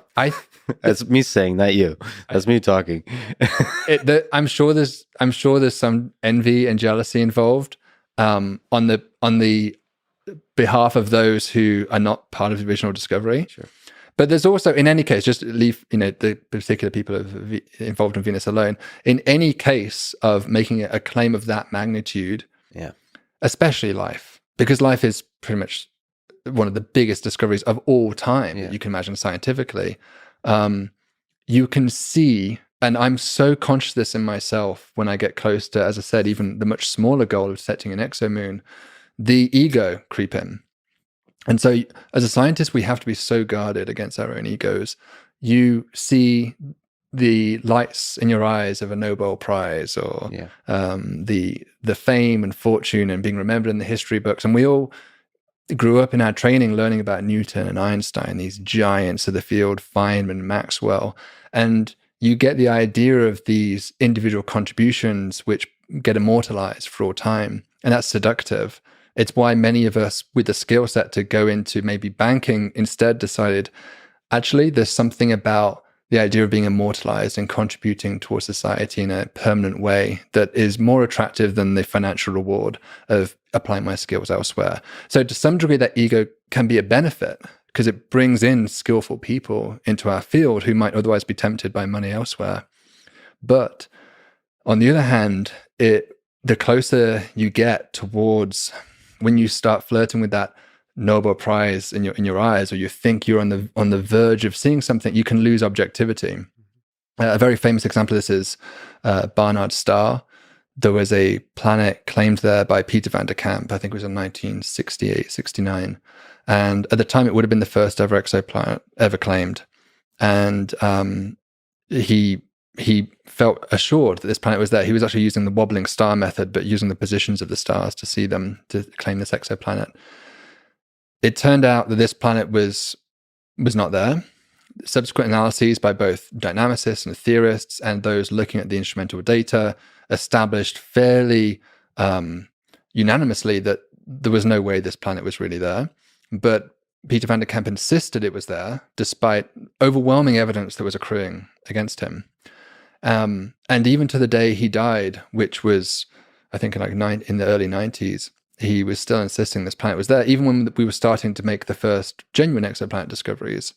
And even at that point, I think Hubble had even looked at that star and had totally ruled out any possibility of what he was talking about. And so that's a problem. How do you get to a point as a scientist where you just can't accept anything that comes otherwise, because it starts out with the dream of fame, and then it ends in a stubborn refusal to ever back down. Of course, the flip side of that is sometimes you need that to have the strength to carry a belief against the entire scientific community that resists your beliefs. And so it's a double-edged sword. That can happen, but I guess the distinction here is evidence. Yes. So in this case, the evidence was so overwhelming. It wasn't really a matter of interpretation. It was you'd observed this star with the same star, but with maybe 10, even 100 times greater precision for prolonged, much longer periods of time. And there was just no doubt at this point this planet was a mirage. And so that's why you have to be very careful. I always say, don't ever name, my wife and my daughter, like, name this planet after me that you discover. And I'm like, I can't ever name a planet after you, because I won't be objective anymore. How could I ever turn around to you and say that planet wasn't real, that I named after you? So you're somebody that talks about, and it's clear in your eyes and in your way of being, that you love the process of discovery, that joy, the magic of just, seeing something, a new observation, a new idea, right? But I guess the point is, when you have that great feeling, is to then switch on the skepticism, like to start like testing, what does this actually mean? Is this real? What are the possible different interpretations that could make this a lot less grand than I first imagined? And so both have the wonder and the skepticism all in one brain. I think generally the more I want something to be true, the more I inherently doubt it. And I think that just comes from, I grew up with a religious family and was just sort of indoctrinated to some degree, like many children are, that, okay, this is just normal, that, there's a God and this is the way the world is. God created the earth. And then as I became more, well-read and illiterate of what was happening in the world scientifically, I started to doubt. And it really just struck me that the hardest thing to let go of when you do decide not to be religious anymore, and it's not really like a light bulb moment, but it just kind of happens over sort of 11 to 13, I think for me it was happening. But it's that sadness of letting go of this beautiful dream which you had in your mind of eternal life, for behaving yourself on earth. You would have this beautiful heaven that you could go to and live forever, and that's very attractive. And for me personally, that was one of the things that pulled me against it. Was this? It's like it's too good to be true, and that it's very convenient that this could be so. And I have no evidence directly in terms of a scientific sense to support this hypothesis. And it just became really difficult to reconcile my growth as a scientist. And I know some people find that reconciliation. I have not. Maybe I will one day. But as a general guiding principle, which I think I obtained from that experience, was that I have to be extremely guarded about what I want to be true, because it's going to sway me to say things which are not true if I'm not careful. And that's not what we're trained to do as scientists. So you felt from a religious perspective that there was a little bit of a gravitational field in terms of your opinions, like it was affecting how you could be as a scientist. Like as a scientific thinker, obviously you were young. Yeah, I think I think that's true. That whenever there's something you want to be true, it's the ultimate seduction intellectually. And I worry about this a lot with UFOs, and with it's true already with things like Venus, phosphine, and searching for astrobiological signals. We have to guard against this all the way through, from however we're looking for life, however we're looking for whatever this big question is. There is a part of us, I think, I would love there to be life in the universe. I hope there is life in the universe, but I'm somewhat been on record several times as being fairly firm about trying to remain consciously agnostic about that question. I don't want to make up my mind about what the answer is before I've collected evidence to inform that decision. That's how science should work. If I already know what the answer is, then what am I doing? That's not a scientific experiment anymore. You've already decided. So what are you trying to learn? What's the point of doing the experiment if you already know what the answer is? There's no point. It's so complicated because, so if I'm being honest with myself, when I imagine the universe, so first thing I imagine about our world is that we humans, and me certainly as one particular human, my first assumption is I know almost nothing about how anything works. So first of all, that actually applies for things that humans do know, like quantum mechanics and all the things that there's different expertises that I just have not dedicated to. So even that starting point. But if we take all of knowledge as human civilization, we know almost nothing. That's kind of an assumption I have, because it seems like we keep discovering mysteries, and it seems like human history is defined by moments when we said, okay, we pretty much figured it all out. And then you realize a century later, when you said that, you didn't figure out anything. Okay, so that's like a starting point. The second thing I have is I feel like the entirety of the universe is just filled with alien civilizations. Statistically, there's the important thing that enables that belief for me is that they don't have to be human-like. They can be anything. And it's just the fact that life exists and just seeing the way life is on Earth, that it just finds a way. It finds a way in so many different complicated environments. It finds a way. Whatever that force is, that same force has to find a way elsewhere also. But then if I'm also being honest, and I don't know how many hours in a day I spend seriously considering the possibility that we're alone. I don't know when my heart and mind are filled with wonder, I think about all the different life that's out there. But to really imagine that we're alone, like really imagine all the vastness that's out there, we're alone, not even bacteria. I would say you don't have to believe that we are alone, but you have to admit it's a possibility of our ignorance of the universe so far. You can have a belief about something in absence of evidence. Carl Sagan famously described that as the definition of faith. If you believe something when there's no evidence, you have faith that there's life in the universe, but you can't demonstrate, you can't prove it mathematically, you can't show me evidence of that. But is there so mathematically, math is a funny thing. Is there, the way physicists think, like intuition, so basic reasoning, is there some value to that? Well, I'd say you can certainly make a very good argument. I think you've kind of already made one. Just the vastness of the universe is the default argument people often turn to, that surely there should be others out there. It's hard to imagine. There are of order of 10 to the 22 stars in our observable universe. And so really the question comes down to, what is the probability of one of those 10 to the 22 planets, let's say, Earth-like planets, if they all have Earth-like planets, going on to form life spontaneously?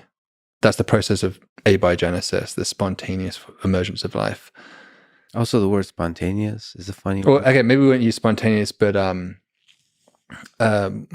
not being, say, seeded by some other civilization or something like this. It naturally emerges. Because even the word spontaneous makes it seem less likely. Yeah. Like there's just this chemistry and an extremely random process. Right. It could be a very gradual process over millions of years of growing complexity in chemical networks. Maybe there's a force in the universe that pushes it towards interesting complexity, pockets of complexity, that ultimately creates something like life, which we can't possibly define yet. And sometimes it manifests itself into something that looks like humans, but it could be a totally different kind of computational information processing system that we're too dumb to even visualize.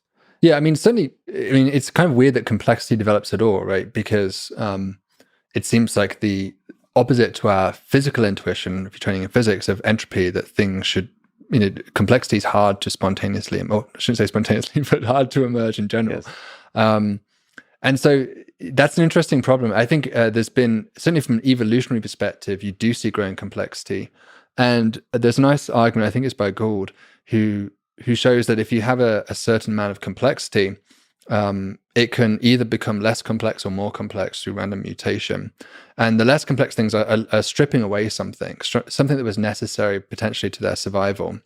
And so in general, that's going to be not particularly useful in its survival. And so it's going to be detrimental to strip away a significant amount of its useful traits. Whereas if you add something, the most typical thing that you add is probably not useful at all. It's probably just it doesn't really affect its survival negatively, but neither does it provide any significant benefit. But sometimes, on rare occasions, of course, it will be of benefit. And so if you have a certain level of complexity, it's hard to go back in complexity, but it's fairly easy to go forward with enough bites at the cherry. You will eventually build up in complexity, and that tends to be why we see complexity grow in certainly in an evolutionary sense, but also perhaps it's operating in chemical networks that led to the emergence of life. I guess the real problem I have with the numbers game, just to come back to that, is that we are talking about a certain probability of that occurring.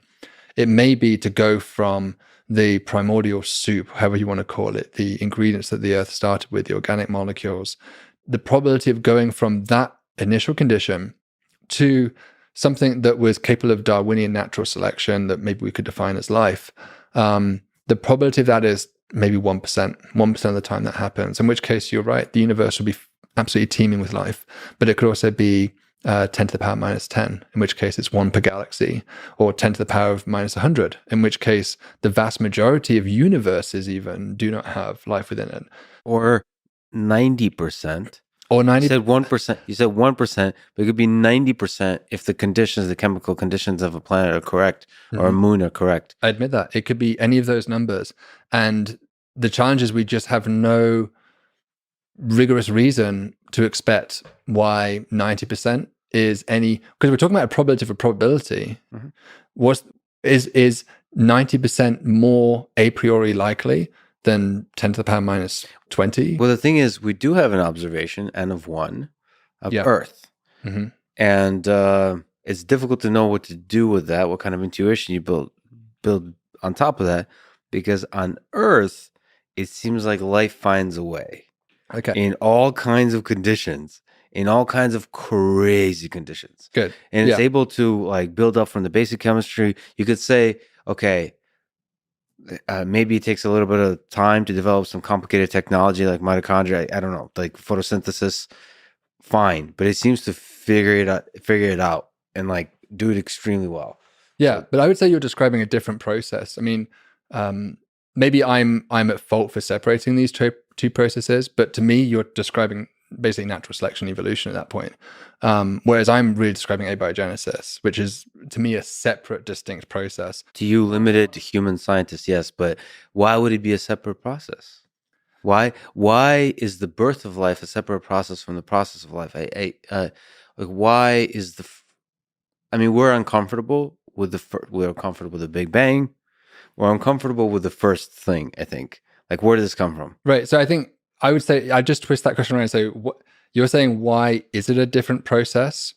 Why? And I would say, why shouldn't it be a different process? Which isn't really a good defense, except to say that we have knowledge of how natural selection evolution works. We think we understand that process. We have almost no information about the earliest stages of how life emerged on our planet. It may be that you're right, and it is a part of a continuum. It may be that it is also a distinct, improbable set of circumstances that led to the emergence of life. As a scientist, I'm just trying to be open-minded to both possibilities. If I assert that life must be everywhere, to me, you run the risk of experimenter's bias. If you think you know what the answer is, if you look at an Earth-like planet and you are preconditioned to think there's a 90% chance of life on this planet, it's going to, at some level, affect your interpretation of that data. Whereas if however critical you might be of the agnosticism that I impose upon myself, remain open to both possibilities, then I trust in myself to make a fair assessment as to the reality of that evidence for life. Yeah, but I wonder sort of scientifically, and that's really beautiful to hear and inspiring to hear. I wonder scientifically how many firsts we truly know of, like, and then we don't eventually explain as actually a step number 1 million in a long process. So I think that's a really interesting thing if there's truly first in this universe. Like, for us, whatever happened at the Big Bang is a kind of first, the origin of stuff. But it just, again, it seems like history shows that we'll figure out that it's actually a continuation of something. But then physicists say that time is emergent, and that our causality in time is a very human kind of construct, that it's very possible that all of this, so there could be really firsts of a thing to which we attach a name. So whatever we call life, maybe there is an origin of it. Yeah, and I would also say I'm open to the idea of it being part of a continuation, but the continuation maybe is more broader, and it's a continuation of chemical systems and chemical networks. And what we call this one particular type of chemistry and this behavior of chemistry life. But it is just one manifestation of all the trillions of possible permutations in which chemical reactions can occur. And we assert specialness to it because that's what we are. And so it's also true of intelligence. You could extend the same thing and say, we're looking for intelligent life in the universe, and then you sort of, where do you define intelligence? Where's that continuum of something that's really like us? Are we alone? There may be a continuum of chemical systems, a continuum of intelligences out there, and we have to be careful of our own arrogance of assuming specialness about what we are, that we are some distinct category of phenomena, whereas the universe doesn't really care about what category we are. It's just doing what it's doing and doing everything in infinite diversity and infinite combinations, essentially what it's doing. And so we are taking this one slice and saying, no, this has to be treated separately. And I'm open to the idea that it could be a truly separate phenomenon, but it may just be like a snowflake. Every snowflake's different. It may just be that this one particular iteration is another variant of the vast continuum. Yeah, maybe the algorithm of natural selection itself is an invention of Earth. I kind of also tend to suspect that this whatever the algorithm is, it kind of operates at all levels throughout the universe. Mm-hmm. But maybe this is a very kind of peculiar thing that where there's a bunch of chemical systems that compete against each other somehow for survival under limited resources. And that's a very Earth-like thing. Mm-hmm. We have a nice balance of there's a large number of resources, enough to have a bunch of different kinds of systems competing, but not so many that they get lazy. Yeah. And maybe that's why bacteria were very lazy for a long time. Maybe they didn't have much competition. Quite possibly. I mean, I try to, as fun as it is to get into the speculation about the definitions of life and what life does and this gross network of possibilities. Honestly, for me, the strongest argument for remaining agnostic is to avoid that bias in assessing data. And we've seen it. I mean, Percival Lowell, I talked about on my channel, and maybe last year or 2 years ago. He's a very famous astronomer who, in the 19th century, was claiming the evidence of canals on Mars.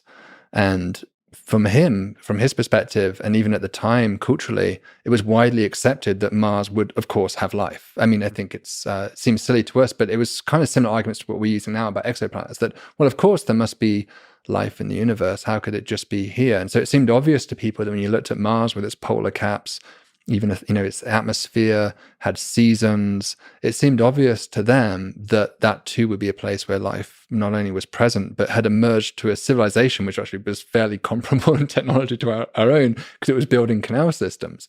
Of course, a canal system seems a bizarre techno-signature to us, but it was a product of their time. To them, that was the cutting edge in technology. It should be a warning shot, actually, a little bit for us, that if we think, solar panels or building Starlinks or whatever, space mining is like an inevitable techno-signature, that may be laughably antiquated compared to what other civilizations far more advanced than us may be doing. And so anyway, Percival Lowell, he I think was a product of his time, that he thought life was there inevitably. He even wrote about it extensively. And so when he saw these lines, these linea on the surface of Mars, to him it was just obvious they were canals. And that was experimentalist bias playing out. He was told, for one, that he had basically the greatest eyesight out of any of his peers. An ophthalmologist had told him that in Boston, that his eyesight was, absolutely spectacular. So he just was convinced everything he saw was real. And secondly, he was convinced there was life there. And so to him, it just added up. And then that kind of wasted, decades of research of treating the idea of Mars being inhabited by this canal civilization. But on the other hand, it's maybe not a waste, because it is a lesson in history of how we should be always on guard against our own preconceptions and biases about whether life is out there, and furthermore, what types of things life might do if it is there. If I were running this simulation, which we'll also talk about because you make the case against it, but if I were running a simulation, I would definitely put you in a room with an alien, and just to see you mentally freak out for hours at a time. You for sure would have thought, you will be convinced that you've lost your mind. I mean, no, not that, but I mean, like, if we discover life, we discovered interesting new physical phenomena, I think the right approach is definitely to be extremely skeptical and be very, very careful about things you want to be true.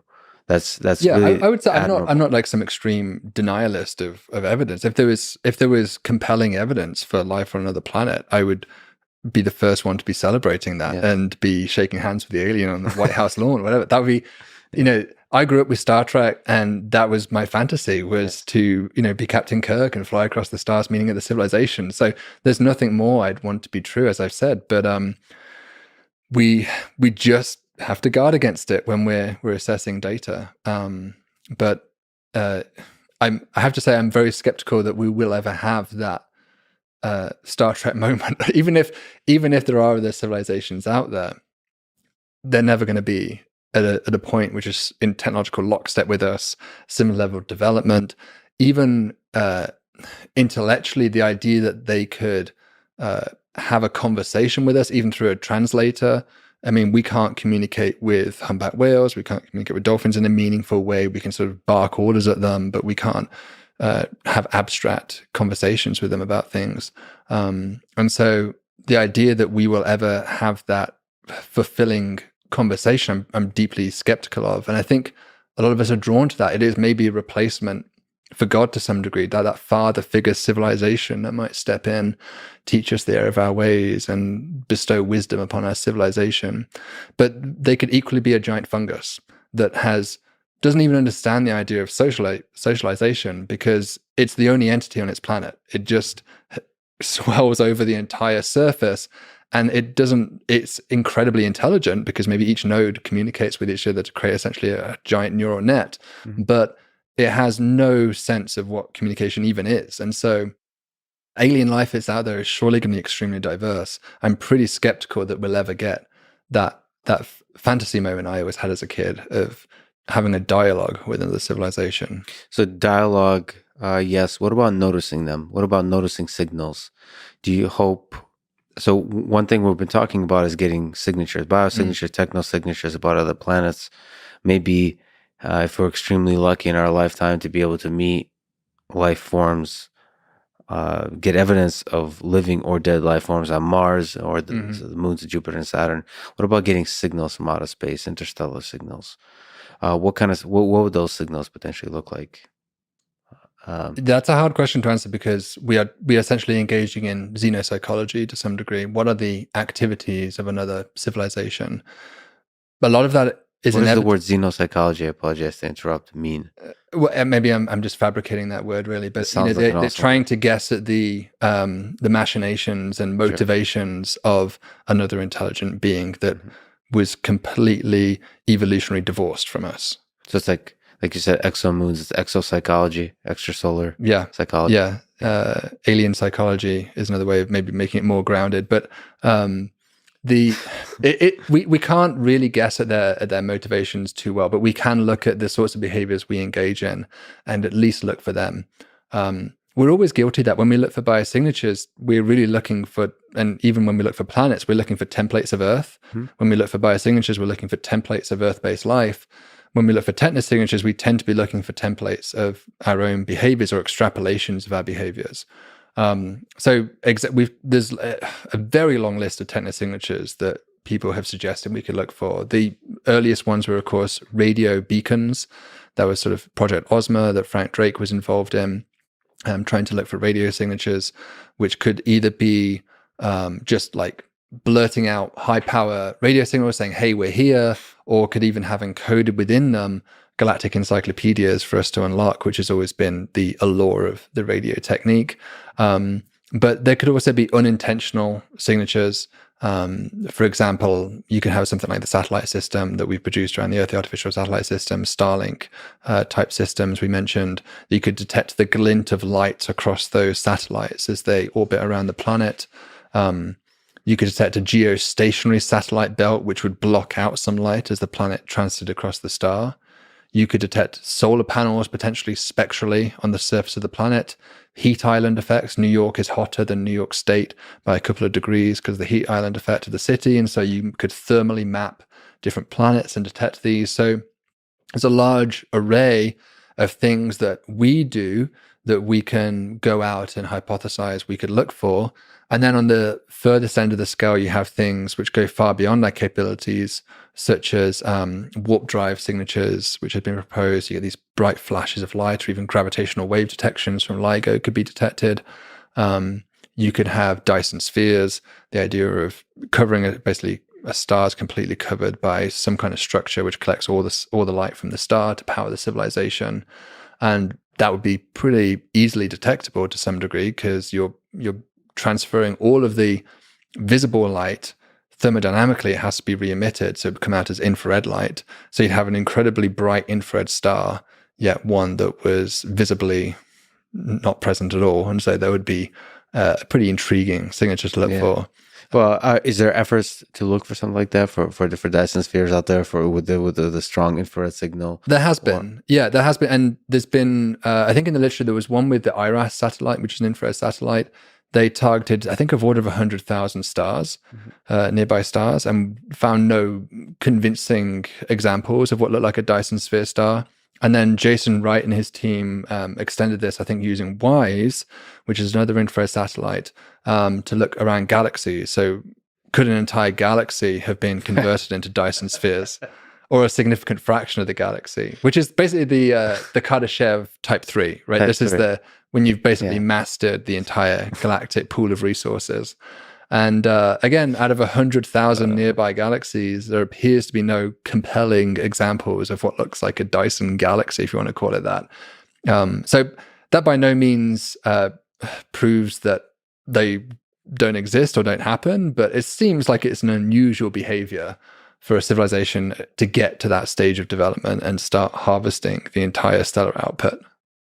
Unusual, yes. I mean, LIGO is super interesting with gravitational waves. If that kind of experiment could start seeing some weirdness, some weird signals, some that compare to the power of cosmic phenomena. Yeah. I mean, it's a whole new window to the universe, not just in terms of astrophysics, but potentially for technosignatures as well.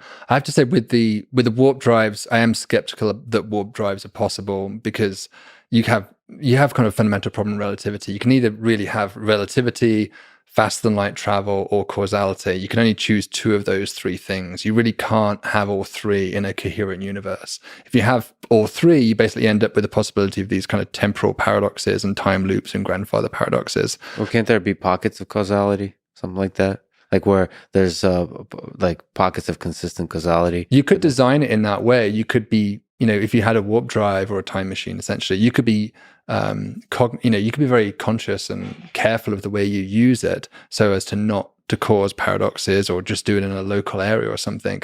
But the real fundamental problem is you always have the ability to do it.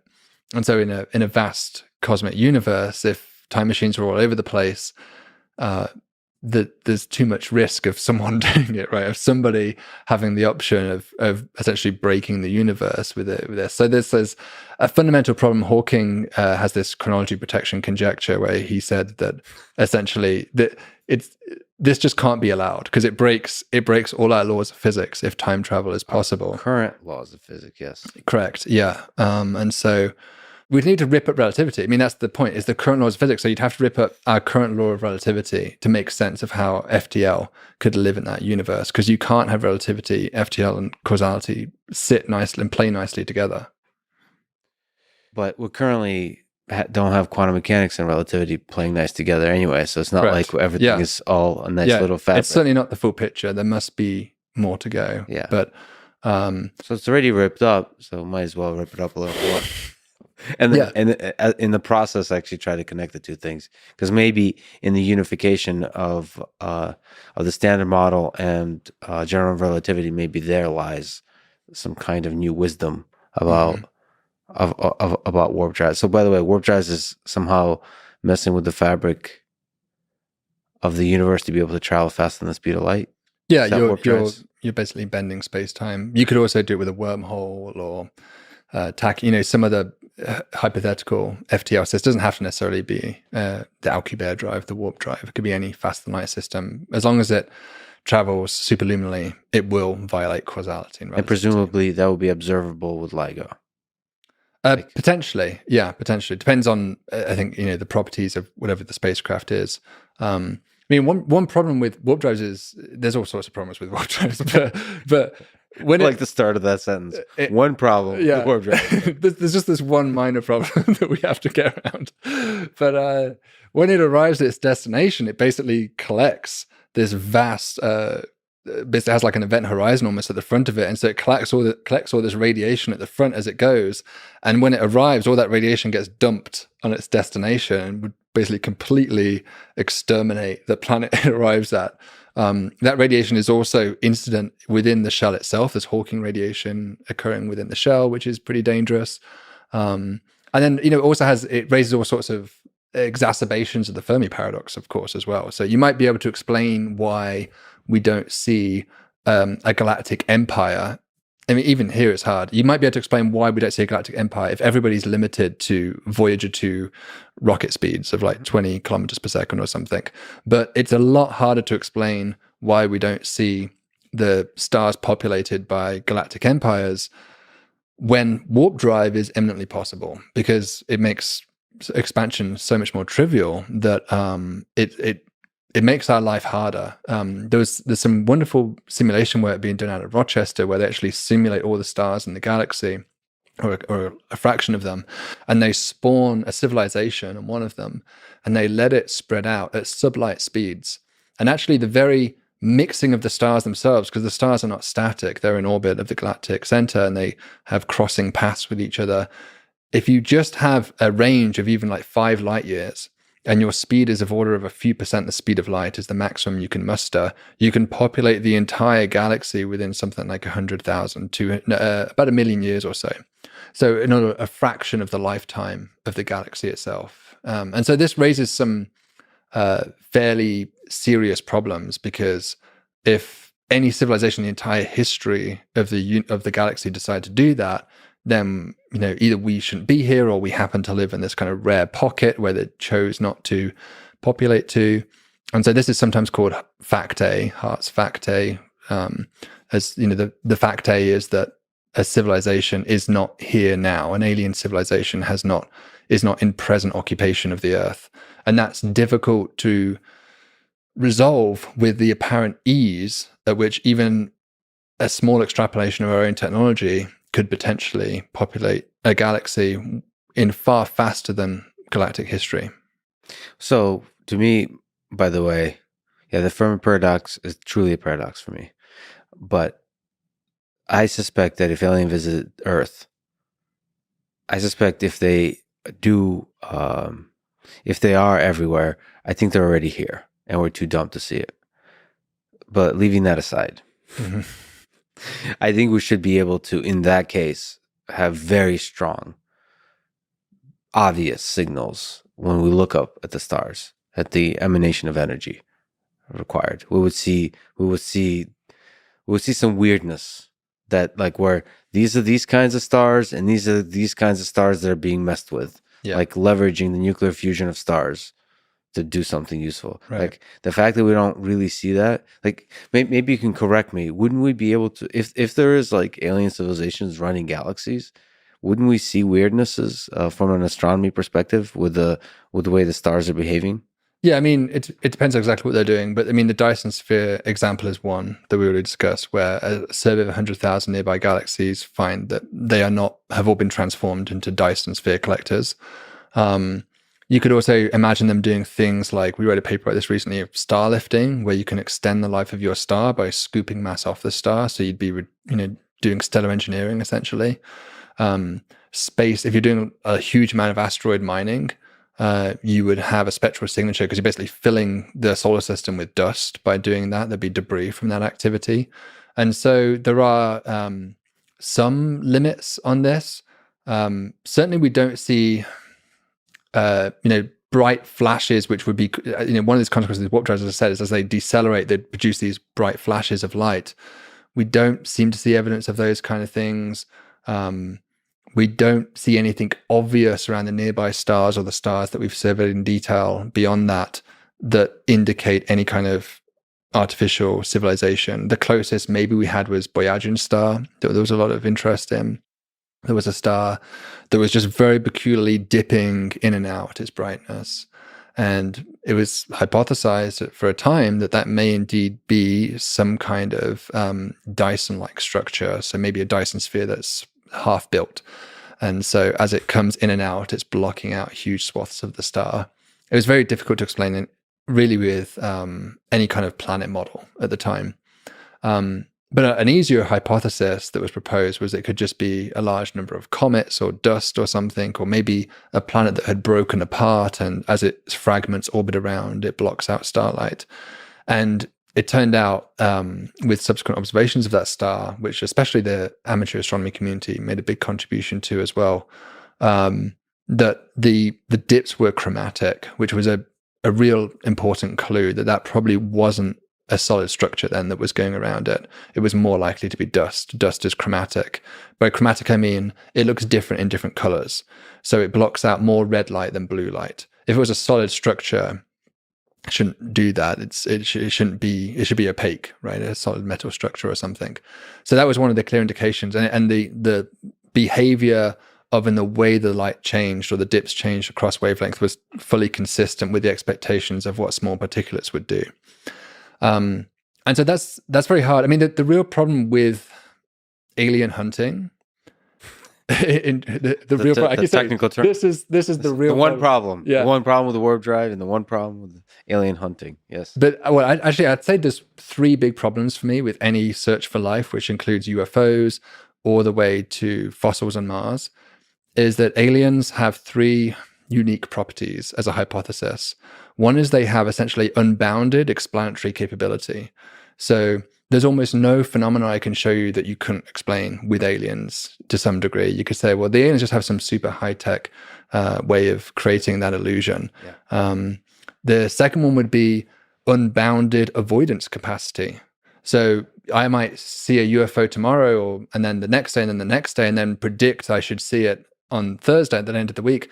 But then I don't see it, but I could always get out of that and say, well, that's just because they chose not to come here. They have this, they can always avoid future observations fairly easily.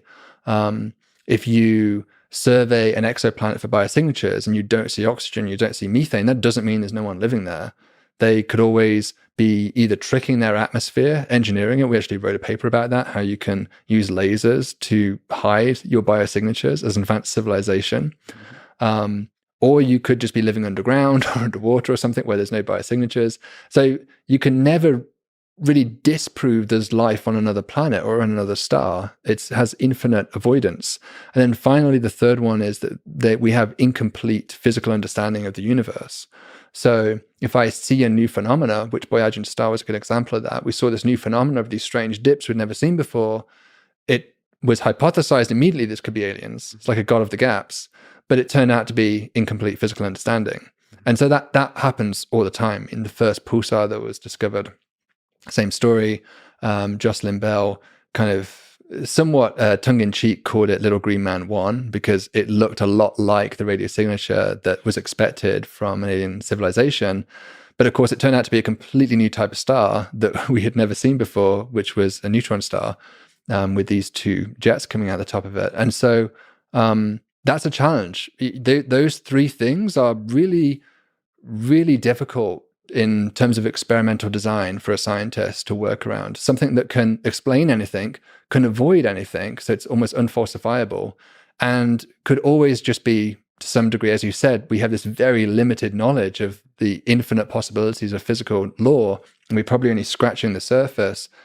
Each time, and we've seen it so often in history, we may just be detecting some new phenomena. Well, that last one, I think I'm a little more okay with making mistakes on. Yeah, which is because it's exciting still. But it's because no matter, so you might exaggerate the importance of the discovery, but the whole point is to try to find stuff in this world that's weird and try to characterize that weirdness. Sure, you can throw a little green man as a label on it, but eventually it's as mysterious and as beautiful, as interesting as little green man. Like we tend to think that there's some kind of threshold, but like there's all kinds of weird organisms on this earth that operate very differently than humans that are super interesting. The human mind is super interesting. I mean, like weirdness and complexity is as interesting in any of its forms as what we might think from Hollywood what aliens are. So like that's okay. Looking for weirdness is on Mars. That's one of the best sales pitches to do technosignature work, is that, we always have that as our fallback, that look, we're going to look for alien signatures.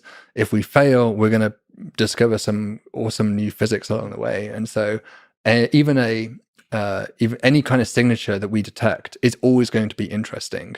And so that compels us to have not only the question of looking for life in the universe, but it gives us a strong scientific grounding as to why this sort of research should be funded and should be executed, because it always pushes the frontiers of knowledge. I wonder if we'll be able to discover and be open enough to a broad definition of aliens, where we see some kind of technosignature, basically like a Turing test, like this thing is intelligent. Like it's processing information in a very interesting way. But you could say that about chemistry. You could say that about physics. Maybe not physics, chemistry. Like interesting, complex chemistry. You could say that this is processing. This is storing information.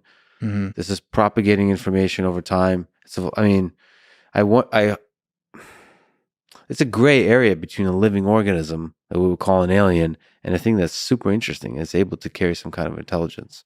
Yeah, information is a really useful way to frame what we're looking for, though, because then you're divorced from making assumptions about even a civilization necessarily or anything like that. So any kind of information-rich signature, indeed, you can take things like the light curve from Voyager's star and ask, what is the minimum number of free parameters or the minimum information content that must be encoded within this light curve? And the hope is that maybe from, a good example would be from a radio signature, you detect something that has, 1,000 megabytes of parameters essentially contained within it. That's pretty clearly at that point not the product of a natural process, or at least any natural process that we could possibly imagine with our current understanding of the universe. And so thinking, even if we can't decode, which actually I'm skeptical we'd be able to ever decode it in our lifetimes, it would probably take decades to fully ever figure out what they're trying to tell us. But if there was a message there, we could at least know that there is a high information content and there is complexity, and that this is a attempt at communication and information transfer, and leave it to our subsequent generations to figure out what exactly it is they're trying to say. What, again, a wild question, and thank you for entertaining them. I really, really appreciate it. But what kind of signal in our lifetime, what kind of thing do you think might happen, could possibly happen, where the scientific community would be convinced that there's alien civilizations out there? Like what? So you already said maybe a strong infrared signature for something like a Dyson sphere. That's possible. That's also to some degree a little bit ambiguous, because right, that's the challenge. Sorry to interrupt. Is where your brain would be like, you as a scientist would be like, I know it's ambiguous, but this is really weird. Yeah, I think if you had something, I can imagine something like a prime number sequence, or a mathematical sequence like the Fibonacci series, something being broadcast. Mathematically provable that this is not a physical phenomenon. Right. I mean, yeah, prime numbers is a pretty good case because there's no natural phenomena that produces prime number sequences. It seems to be a purely an abstract mathematical concept as far as I'm aware. And so if we detected, a series of radio blips that were following that sequence, it would be pretty clear to me, or it could even be, Carl Sagan suggested that pi could be encoded in that, or you might use the hydrogen line, but multiplied by pi, like some very specific frequency of the universe, like a hydrogen line, but multiply it by a abstract mathematical constant that would imply strongly that there was someone behind the scenes operating that. Stored in which phenomena though? In that case, I'm thinking of a radio wave. But the information, I mean, we kind of toyed with this idea in a video I did about hypothetical civilization on my channel. But one kind of fun way, I do want to bring this conversation towards time a little bit and thinking about not just looking for life and intelligence around us right now, but looking into the past and even into the future to some degree, or communicating with the future.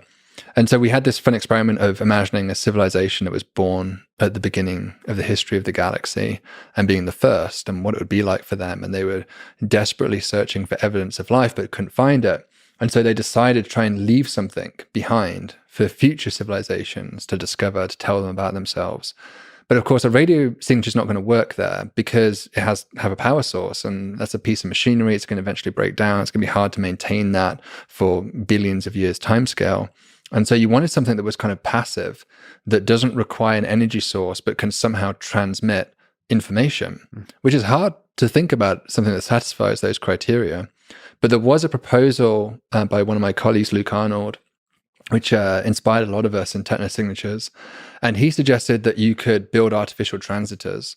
So you could build sheets of material that transit in front of the star. Maybe one thin sheet passes across first, then 2, then 3, then 5, then 7. So you could follow the prime number sequence of these. And so there'd be a clear indication that someone had manufactured those, but they don't require any energy source because they're just sheets of material in orbit of the star. They would eventually degrade from micrometeorites and maybe their orbits would become destabilized, but they should have lifetimes far exceeding the lifetime of any battery or mechanical electronic system that we could, at least with our technology, conceive of building. And so you could imagine then extending that, and how could you encode not just a prime number sequence, but maybe in the spatial pattern of this very complex light curve we see, you could encode more and more information through 2D shapes and the way those occultations happen. And maybe you could even encode messages and in-depth information from that. You could even imagine it being like a lower layer of information, which is just the prime number sequence, but then you look closely and you see the smaller divots embedded within those that have a deeper layer of information to extract. And so to me, something like that would be pretty compelling, that there was somebody who would unless it's just a very impressive hoax, that would be a pretty compelling evidence for this civilization. And actually the methods of astronomy right now are kind of marching towards being able to better and better detect a signal like that. Yeah. I mean, to some degree, it's just building bigger aperture in space. The bigger the telescope, the finer ability to detect those minute signals. Do you think the current sort of the scientific community, another weird question, but just the observations that are happening now, do you think they're ready for a prime number sequence? In the sort of if we're using the current method, the transit timing variation method, like, do you think you're ready? Do you have the tools to detect the prime number sequence? Yeah, for sure. I mean, there's 200,000 stars that Kepler monitored, and it monitored them all the time. It took a photo of each one of them every 30 minutes, measured their brightness, and it did that for 4.5 years. And so you have already, and Tesla's doing it right now, another mission. And so you have already an existing catalog, and people are genuinely scouring through each of those light curves with automated machine learning techniques. We even developed some in our own team that can look for weird behavior. We wrote a code called the weird detector, for instance, that, of course, it was just the most generic thing possible. don't assume anything about the signal shape. Just look for anything that repeats. The signal shape can be anything, and we kind of learn the template of the signal from the data itself. And then it's like a template matching filter to see if that repeats many, many times in the data. And so we actually applied that and found a bunch of interesting stuff, but we didn't see anything that was the prime number sequence, at least in the Kepler data. That's 200,000 stars, which sounds like a lot, but compared to 200 billion stars in the Milky Way, it's really just scratching the surface. So because there could be something much more generalizable than the prime number sequence, it's ultimately the question of a signal that's very difficult to compress in the general sense of what compress means. So maybe as we get better and better machine learning methods that automatically analyze the data to understand how to compress it, you'll be able to discover data that's for some reason is not compressible. But then, compression really is a bottomless pit, because like that's really what intelligence is being able to compress information. Yeah. And to some degree, the more I would imagine, I don't work in compression algorithms, but I would imagine the more you compress your signal, the more assumptions that kind of go on behalf of the decoder, the more skilled they really have to be. Some of a prime number sequence is completely unencoded information, essentially. But if you look at the Arecibo message, they were fairly careful with their pixelation of this simple image they sent to try and make it as interpretable as possible, to be that even a dumb alien would be able to figure out what we're trying to show them here, because there's all sorts of conventions and rules that are built in that we tend to presume when we design our messages. And so if your messages, assuming they know how to do an MP3 decoder, a particular compression algorithm, I'm sure they could eventually reverse engineer it and figure it out. But you're making it harder for them to get to that point. So maybe I always think you probably would have a 2-tier system, right? You'd probably have some lower tier key system, and then maybe beneath that you'd have a deeper compressed layer of more in-depth information.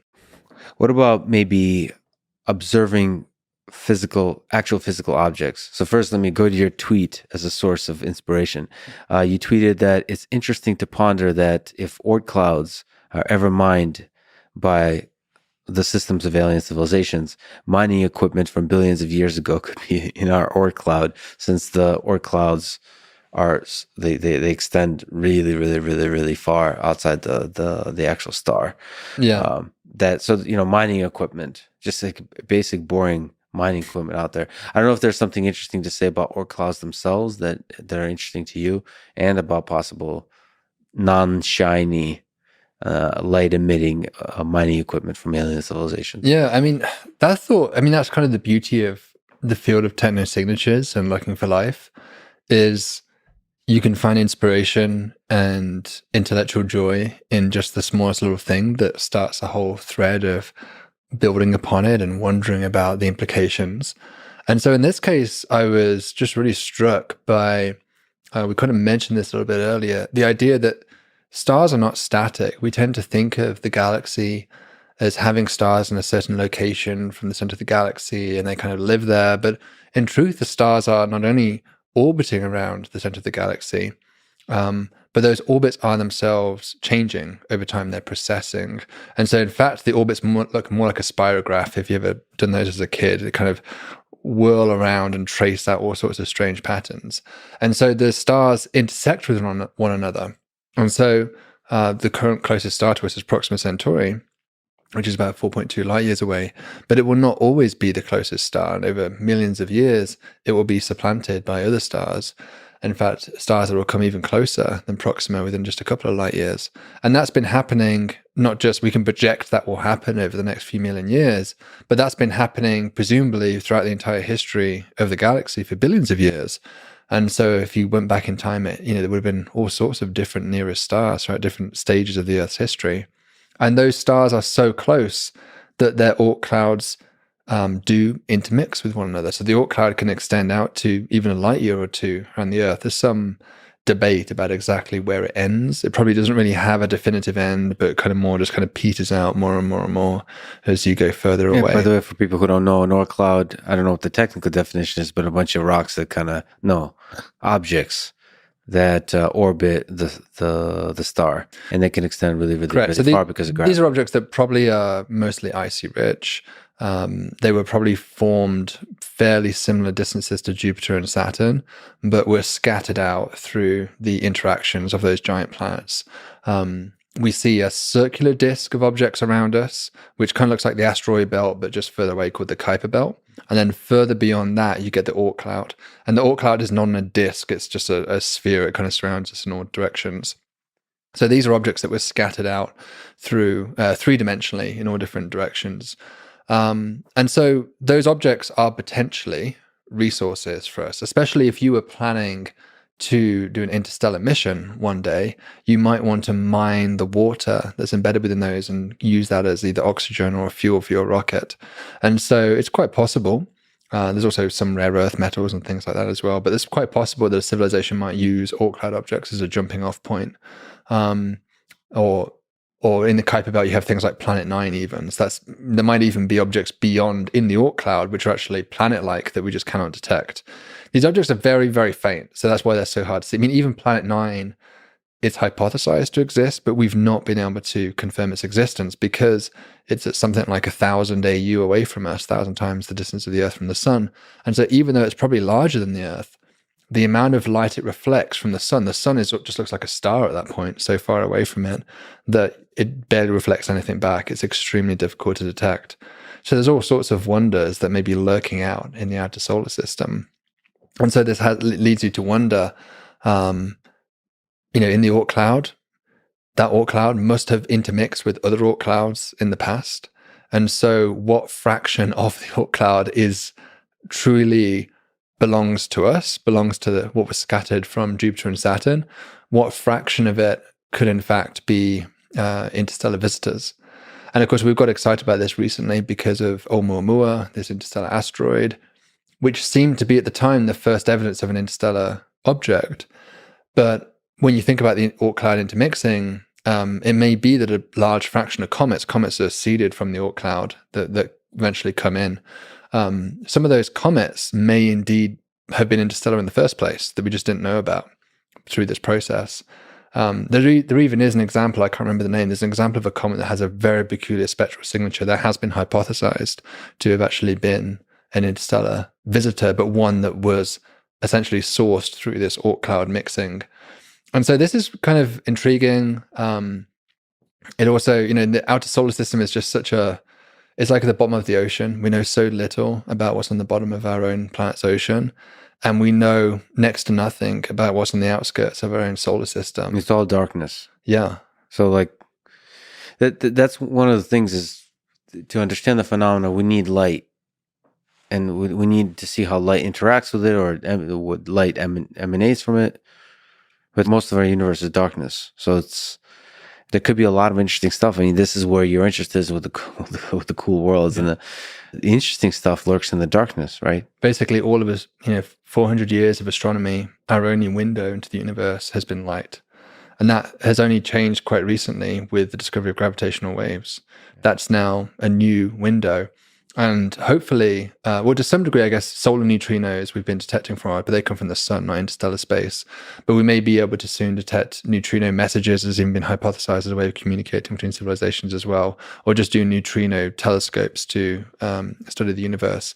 And so there's a growing interest in what we'd call multi-messenger astronomy now. So not just messages from light, but messages from these other physical packets of information that are coming our way.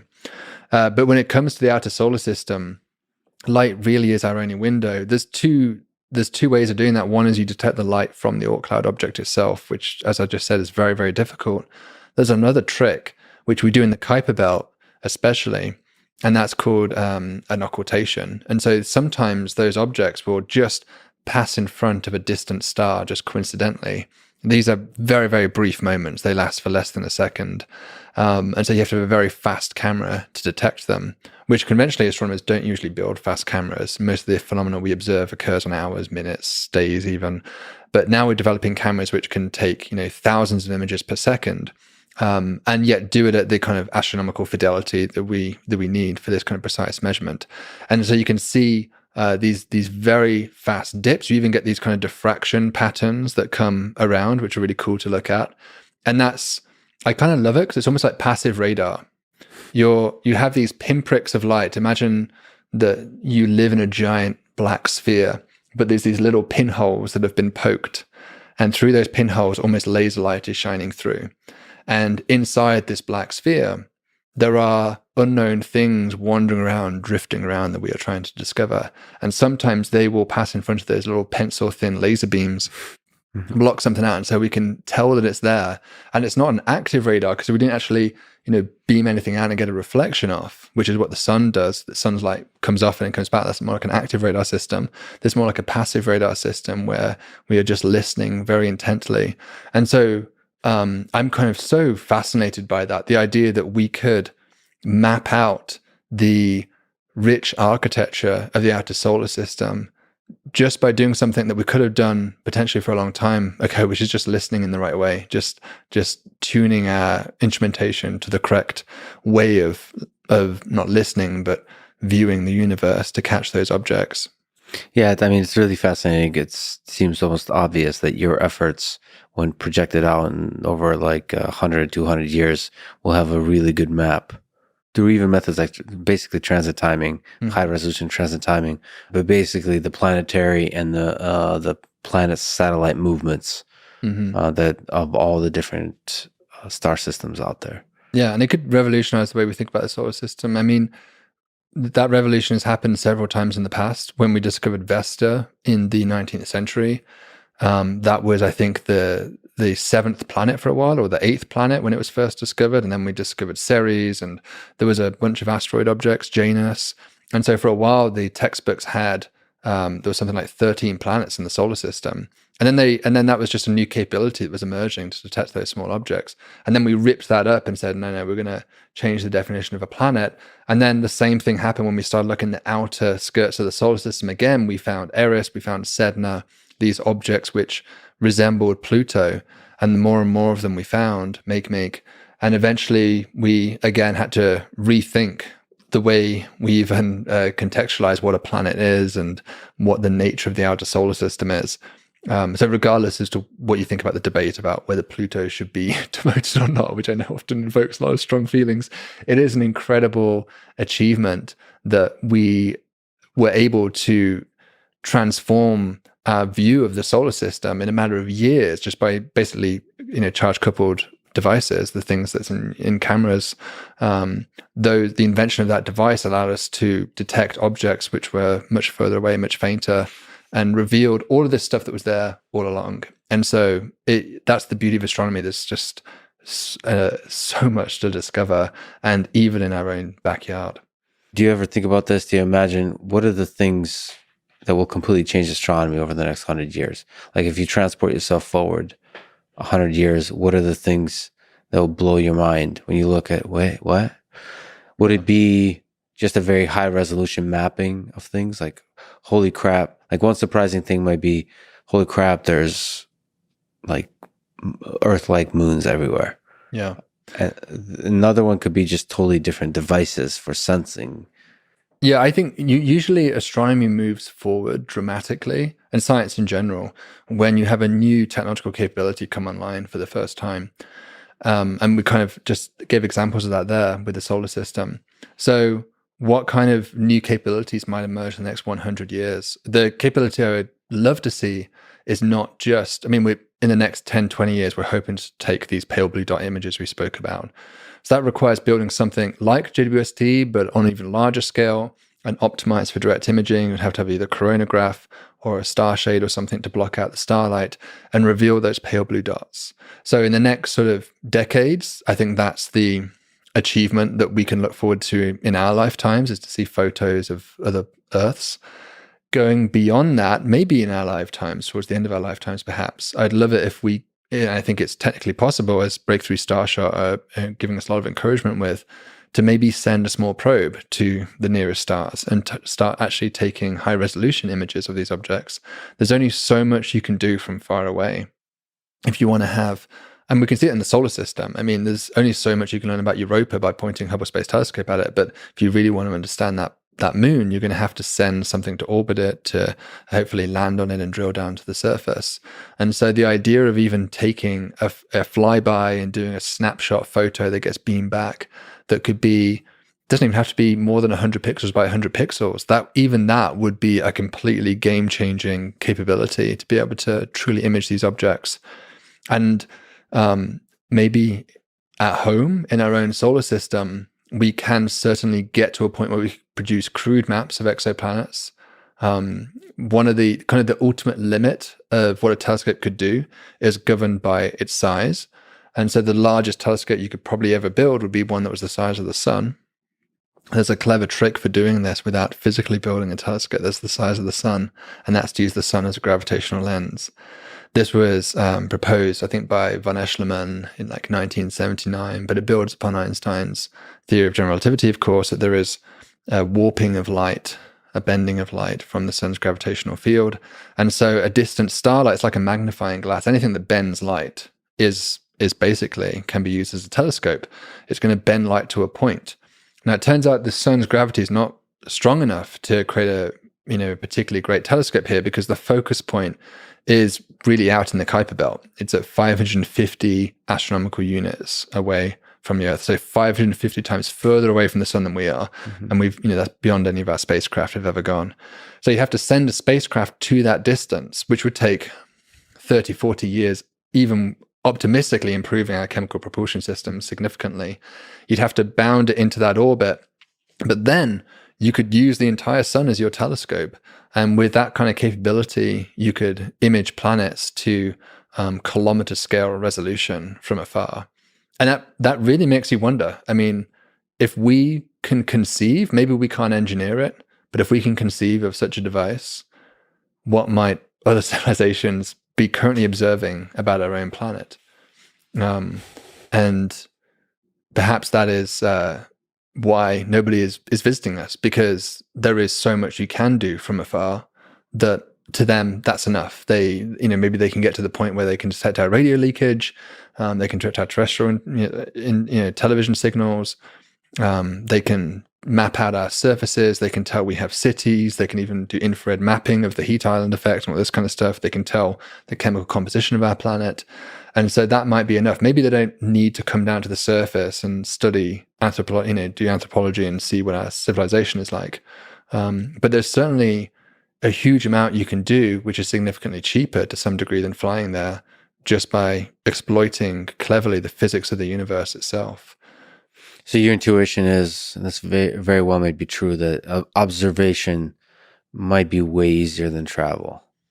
From our perspective, from an alien perspective, like we could get very high resolution imaging before we can ever get there. It depends on what information you want. If you want to know the chemical composition and you want to know kilometer scale maps of the planet, then you could do that from afar with some version of these kind of gravitational lenses. If you want to do better than that, if you want to image a newspaper sat on the porch of somebody's house, you're going to have to fly there. There's no way, unless you had, a telescope that's the size of Sagittarius A star or something, you just simply cannot collect enough light to do that from many light years away.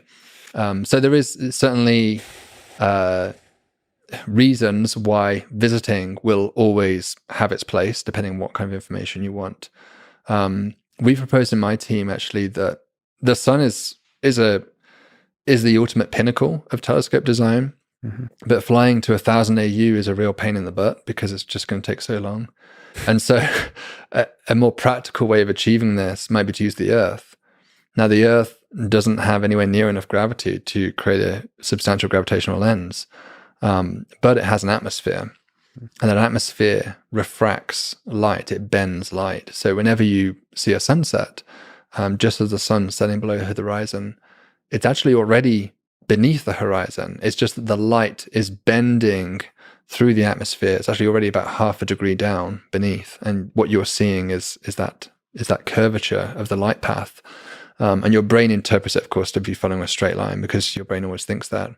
And so you can use that bending. Whenever you have bending, you have a telescope. And so we've proposed in my team that you could use this refraction to similarly create an Earth-sized telescope.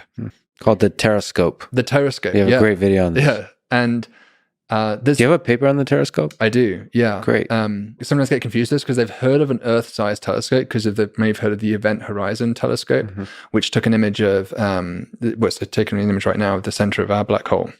And it's very impressive, and it previously did Messier 87, a nearby supermassive black hole.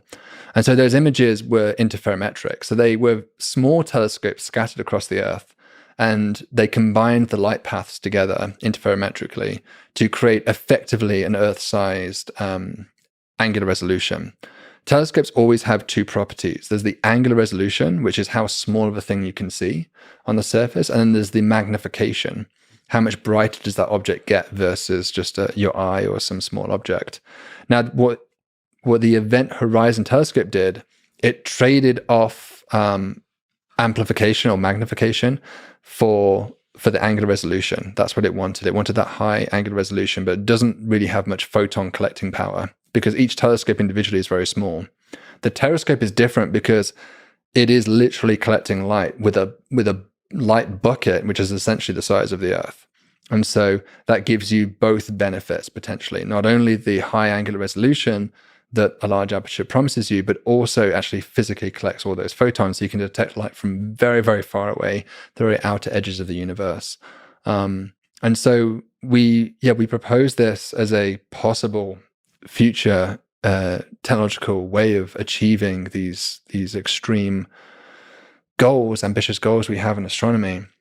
But it's a very difficult system to test because you essentially have to fly out to these focus points, and these focus points lie beyond the moon. So you have to have someone who is willing to fly beyond the moon and hitchhike an experimental telescope onto it and do that cheaply. If it was something doing low Earth orbit, it'd be easy. You could just attach a CubeSat to the next Falcon 9 rocket or something and test it out. It'd probably only cost you a few tens of thousands of dollars, maybe $100,000. But there's basically no one who flies out that far except for bespoke missions, such as like a mission that's going to Mars or something that would pass through that kind of space. And they typically don't have a lot of leeway in excess payload that they're willing to strap on for radical experiments. So that's been the problem with it. In theory, it should work beautifully, but it's a very difficult idea to experimentally test. Can you elaborate why the focal point is that far away?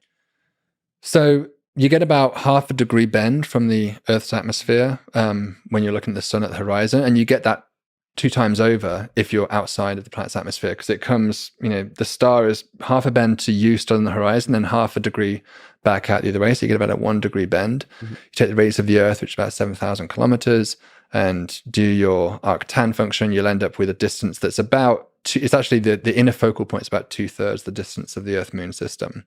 The problem with that inner focal point is not useful because that light ray path had to basically scrape the surface of the Earth. So it passes through the clouds, it passes through all the thick atmosphere, it gets a lot of extinction along the way. If you go higher up in altitude, you get less extinction. In fact, you can even go above the clouds, and so that's even better because the clouds obviously are going to be a pain in the neck for doing anything optical. But the problem with that is that the atmosphere, because it gets thinner at higher altitude, it bends light less. And so that pushes the focal point out. So the most useful focal point is actually about 3 or 4 times the distance of the Earth-Moon separation. And so that's what we call one of the Lagrange points, essentially, out there. And so there is a stable orbit. It's kind of the outermost stable orbit you could have around the Earth. So the atmosphere does bad things to the signal of light. It's absorbing light. Is that possible to reconstruct this, to remove the noise, whatever? So it's just strength. It's nothing else. It's possible to reconstruct. I mean, to some degree, we do this as a technology called adaptive optics that can correct for what's called wavefront errors that happen through the Earth's atmosphere. The Earth's atmosphere is turbulent. It is not a single plane of air of the same density. There's all kind of wiggles and currents in the air. And so that each little layer is bending light in slightly different ways. And so the light actually kind of follows a wiggly path on its way down. What that means is that 2 light rays, which are traveling at slightly different spatial separations from each other, will arrive at the detector at different times because one maybe goes on more or less a straight path and the one wiggles down a bit more before it arrives. And so you have an incoherent light source. And when you're trying to do image reconstruction, you always want a coherent light source. So the way they correct for this is that if this path had to travel a little bit faster, the straight one goes faster and the wiggly one takes longer, the mirror is deformable. And so you actually bend the mirror on the straight one down a little bit to make it an equivalent light path distance. So the mirror itself has all these little actuators. And it's actually made up of like thousands of little elements. Almost looks like a liquid mirror because they can manipulate it in kind of real time. And so they scan the atmosphere with a laser beam to tell what the deformations are in the atmosphere and then make the corrections to the mirror to account for it. That's amazing. So you could do something like this for the terrascope, but it would be it's cheaper and easier to go above the atmosphere and just fly out. I think so. It would be that's a very challenging thing to do. And normally when you do adaptive optics, as it's called, you're looking straight up. So or very close to straight up.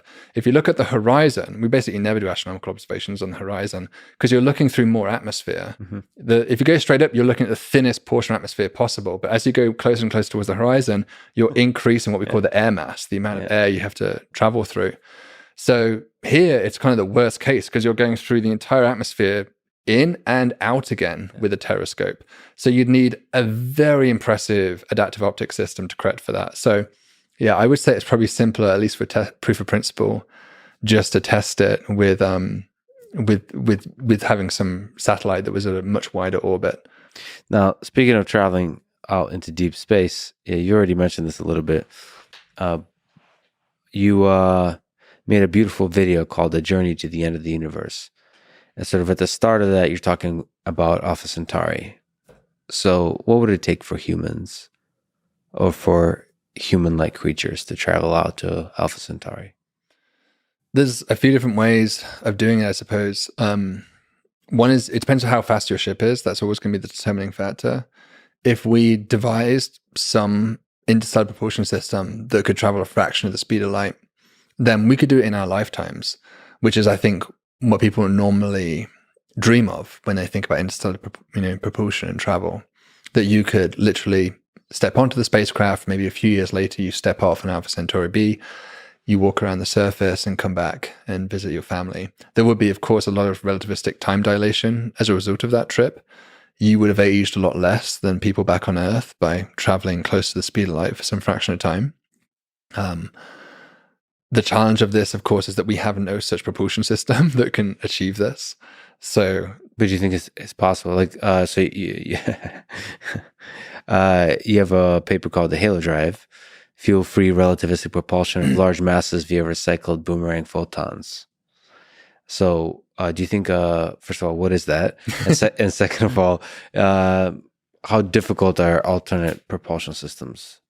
Yeah. So before I took in the Halo Drive, there was an idea, because I think the Halo Drive is not going to solve this problem.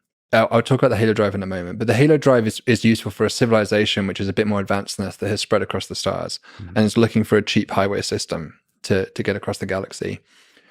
For that first step, because just to context that, the Halo Drive requires a black hole, so that's why you're not going to be able to do this on the Earth right now.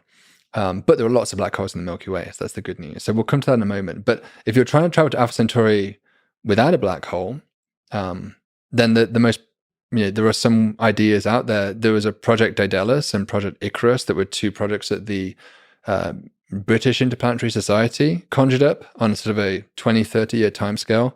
And they asked themselves, if we took existing and speculatively but realistic attempts at future technology that are emerging over the next few decades, how far could we push an interstellar travel system? And they settled on fusion drives in that. So if we had the ability to essentially either detonate, you can also imagine that kind of nuclear fission or nuclear fusion bombs going off behind the spacecraft and propelling it that way, or having some kind of successful nuclear fusion reaction, which obviously we haven't really demonstrated yet as a propulsion system, then you could achieve something like 10% the speed of light in those systems. But these are huge spacecrafts, and I think you need a huge spacecraft if you're going to take people along. The conversation recently has actually switched, and that idea is kind of seems a little bit antiquated now. And most of us have kind of given up on the idea of people physically, biologically stepping on board the spacecraft. And maybe we'll be sending something that's more like a microprobe that maybe just weighs a gram or two. And that's much easier to accelerate. You could push that with a laser system to very high speed, get it to maybe 20% the speed of light. It has to survive the journey. Probably a large fraction of them won't survive the journey, but they're cheap enough that you could maybe manufacture millions of them. And some of them do arrive and are able to send back an image, or maybe even if you wanted to have a person there, we might have some way of doing like a telepresence or some kind of delayed telepresence, or some kind of reconstruction of the planet which is sent back, so you can digitally interact with that environment in a way which is not real time, but representative of what that planet would be like to be on the surface. So we might be more like digital visitors to these planets. Certainly far easier practically to do that than physically forcing this wet chunk of meat to fly light years across space to do that. And so that's maybe something we can imagine down the road. The Halo drive, as I said, is thinking even further ahead. And if you did want to launch large masses could even be planet-sized things. In the case of the Halo drive, you can use black holes. So this is kind of a trick of physics. You know, I often think of the universe as like a big computer game, and you're trying to find cheat codes, hacks, exploits that the universe didn't intend for you to use. But once you find them, you can address all sorts of interesting capabilities that you didn't previously have. Yeah. And the Halo drive does that with black holes. So if you have two black holes, which are a very common situation, a binary black hole, and they're spiraling towards each other, LIGO's detected, I think, dozens of these things, maybe even over 100 at this point. And these things, as they merge together, the pre-merger phase, they're orbiting each other very, very fast, even close to the speed of light. And so Freeman Dyson, before he passed away, I think in the 70s, he had this provocative paper called Gravitational Machines, and he suggested that you could use neutron stars as an interstellar propulsion system. And neutron stars are sort of the lower mass version of a binary black hole system, essentially. In this case, he suggested just doing gravitational slingshot, just fly your spacecraft into this very compact and relativistic binary system. And you do need neutron stars, because if there were two stars, they'd be physically touching each other. So the neutron stars are so small, like 10 kilometers across, they can get really close to each other and have these very, very fast orbits with respect to each other. You shoot your spacecraft right through the middle, like flying through the eye of a needle, and you do a slingshot around one of them, and you do it around the one that's coming sort of towards you. So one of them be coming away, one will be coming towards you at any one point. And then you could basically steal some of the kinetic energy in the slingshot. In principle, you can set up to twice the speed. You can take your speed, and it becomes your speed plus twice the speed of the neutron star in this case. And that would be your new speed after the slingshot. This seems great because it's just free energy, basically. You're not doing it, you're not generating, you don't have a nuclear power reactor or anything to generate this, you're just stealing it. And indeed, you could get to relativistic speeds this way. So I loved that paper, but I had a criticism. And the criticism was that this is like trying to fly your ship into a blender, right? This is two neutron stars which have huge tidal forces. And they're whipping around each other once every second or even less than a second. And you're trying to fly your spaceship and do this maneuver that is pretty precarious. And so it just didn't seem practical to me to do this, but I loved it. And so I took that idea, and this is how science is. It's iterative. It's you take a previous great man's idea and you just sort of maybe slightly tweak it and improve it. And that's how I see the Halo drive. And I just suggested, why not replace those out for black holes, which is certainly very common. And rather than flying your ship into that hellhole of a blender system, you just stand back and you fire a laser beam. Now, because black holes have such intense gravitational fields, they can bend light into complete 180s. They can actually become mirrors. So, the sun bends light by maybe a fraction of a degree through gravitational lensing, but a compact object like a black hole can do a full 180. In fact, if you went too close, if you put the laser beam too close, the black hole would just fall into it and never come back out. So you just kind of push it out until you get to a point where it's just skirting the event horizon. And then that laser beam skirts around and it comes back. Now, the laser beam wants to do it is doing a gravitational slingshot, but light, photons can't speed up, unlike in like the spaceship case. So instead of speeding up, the way they steal energy is they increase their frequency. So they become higher energy photon packets, essentially. They get blue shifted so that you send maybe a red laser beam and it comes back blue. It's got more energy in it. And because photons carry momentum, which is somewhat unintuitive in everyday experience, but they do. That's how solar sails work. They carry momentum. They push things. You can even use them as laser tweezers and things to pick things up. Because they push, it comes back with more momentum than it left. So you get an acceleration force from this. And again, you're just seeing energy from the black hole to do this. So you can get up to the same speed. It's basically the same idea as Freeman-Dyson, but doing it from a safer distance. And there should be of order of 1 million or so, or 10 million black holes in the Milky Way galaxy. Some of them would be even as close as sort of 10 to 20 light years when you do the occurrence rate statistics of how close you might expect feasibly one to be. They're, of course, difficult to detect because they're black, and so they're inherently hard to see.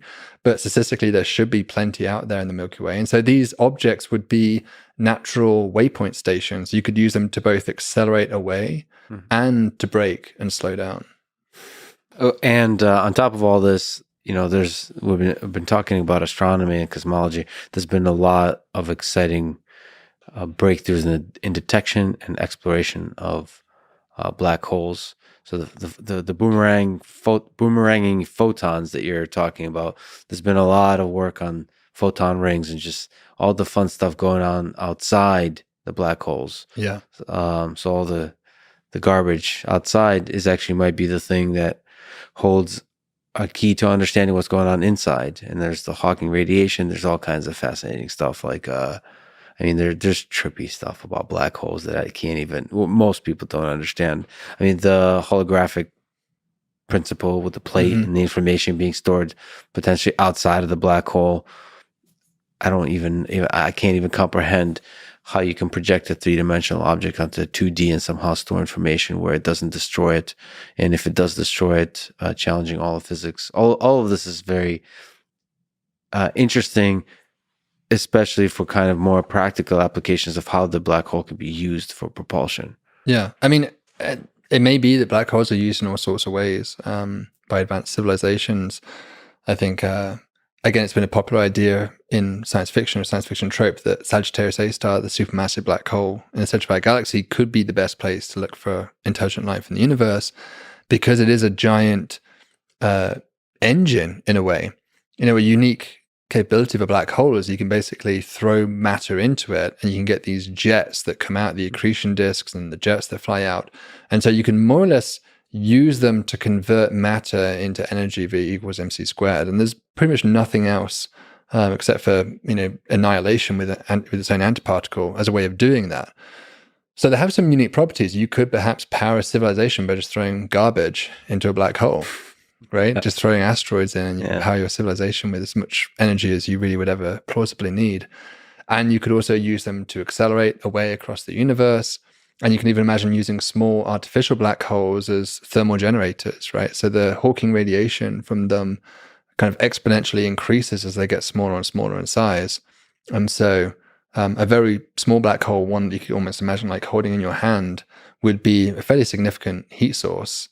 And so that raises all sorts of prospects about how you might use that in an engineering context to power your civilization as well.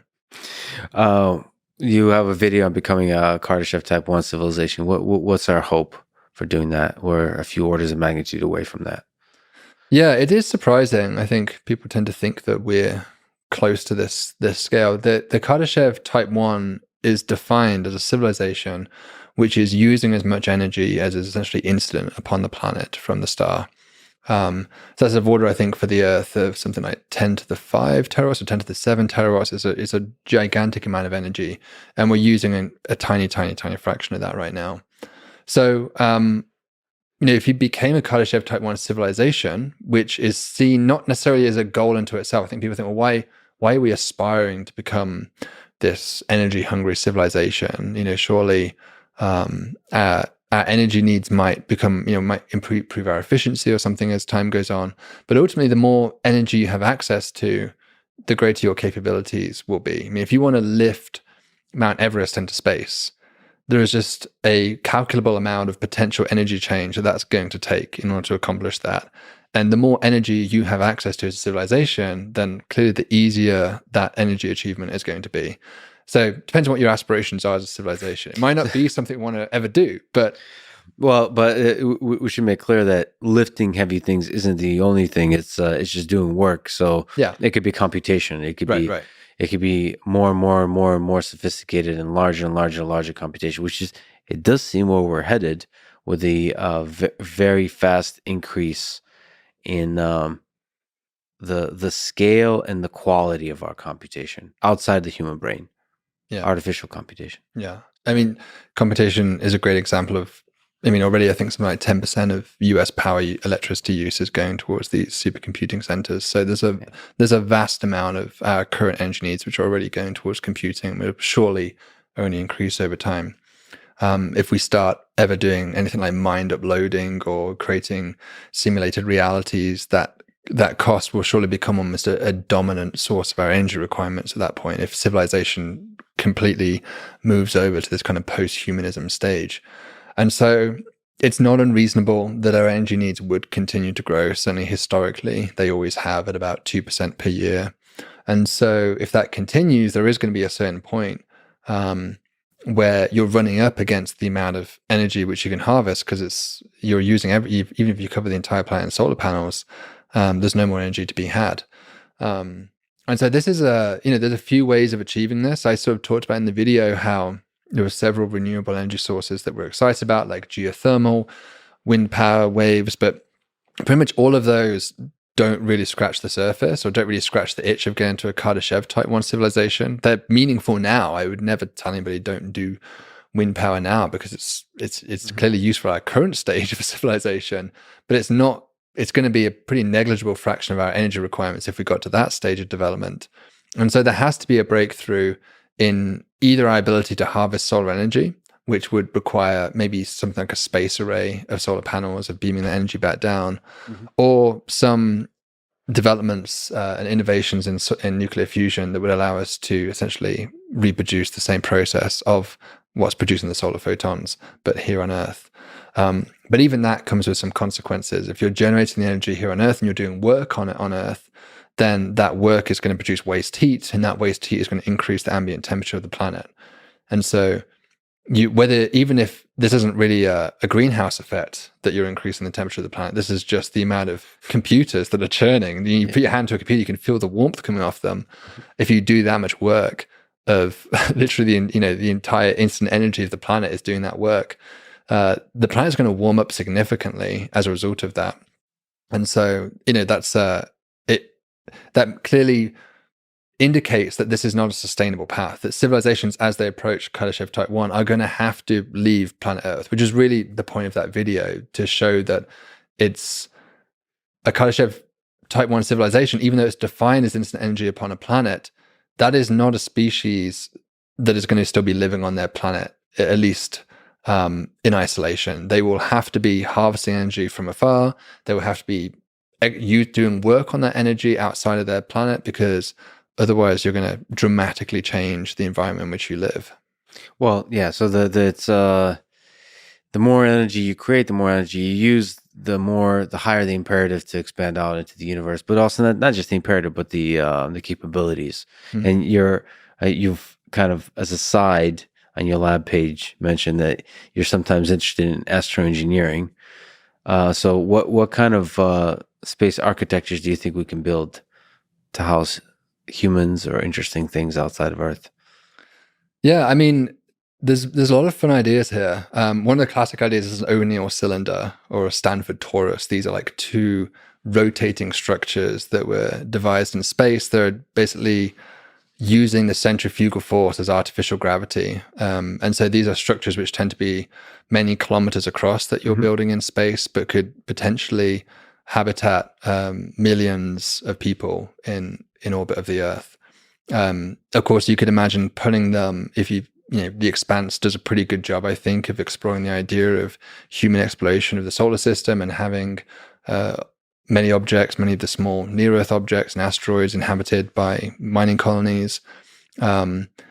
One of the ideas we've played around with our group is this technology called a quasite. A quasite is an extension. Again, we always tend to extend previous ideas. Ideas build upon ideas. But an extension idea called a statite. A statite was an idea proposed, I think, by Ron Forward in the 1970s. 1970s seemed to have all sorts of wacky ideas. I don't know what was going on then. We had I think the Stanford torus, the O'Neill cylinder, statites, the gravitational lens. People were really having fun with dreaming about space in the 70s. The statite is basically a solar sail, but it's such an efficient solar sail that the outward force of radiation pressure equals the inward force of gravity from the sun. Mm-hmm. And so it doesn't need to orbit.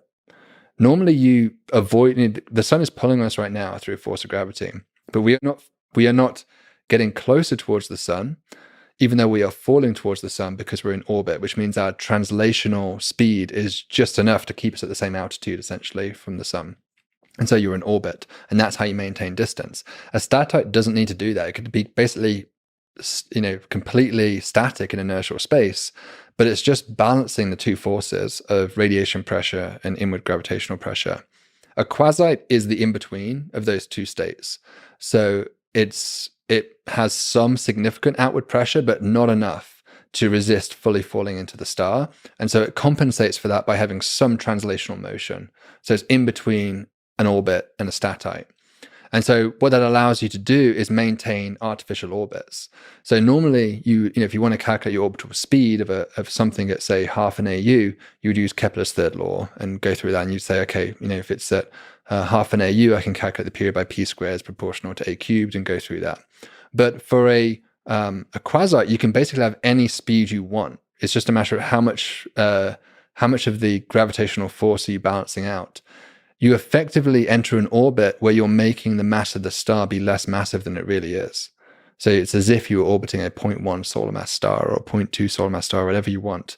And so that means that Mercury orbits with a pretty fast orbital speed around the sun because it's closer to the sun than we are.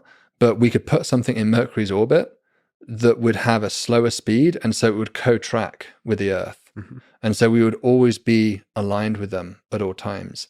And so this could be useful if you wanted to have either a chain of colonies or something that were able to easily communicate and move between one another, between these different bases. You'd probably use something like this to maintain that easy transferability. Or you could even use it as a space weather monitoring system, which was actually proposed in the paper. We know that major events like the Carrington event that happened, can knock out all of our electromagnetic systems quite easily. A major solar flare could do that, a geomagnetic storm. But if we had the ability to detect those higher elevated activity cycles in advance, the problem is they travel obviously pretty fast, and so it's hard to get ahead of them. But you could have a station which is basically sampling solar flares very close to the surface of the Earth, and as soon as it detects anything suspicious magnetically, it could then send that information straight back at the speed of light to your Earth and give you maybe half an hour warning or something that something bad was coming. You should shut off all your systems or get in your Faraday cage now and protect yourself. And so these quasites are kind of a cool trick of, again, kind of hacking the laws of physics. Mm-hmm. It's like another one of these exploits that the universe seems to allow us to do to potentially manifest these artificial systems that would otherwise be difficult to produce. So leveraging natural phenomena. Yeah. That's always the key, is to work, in my mind, it's to work with nature. That's how I see astroengineering rather than against it. You're not trying to force it to do something. That's why I always think solar energy is so powerful, because in the battle against nuclear fusion, you're really fighting a battle where you're trying to confine plasma into this extremely tight space, or the sun does this for free. It has gravitation.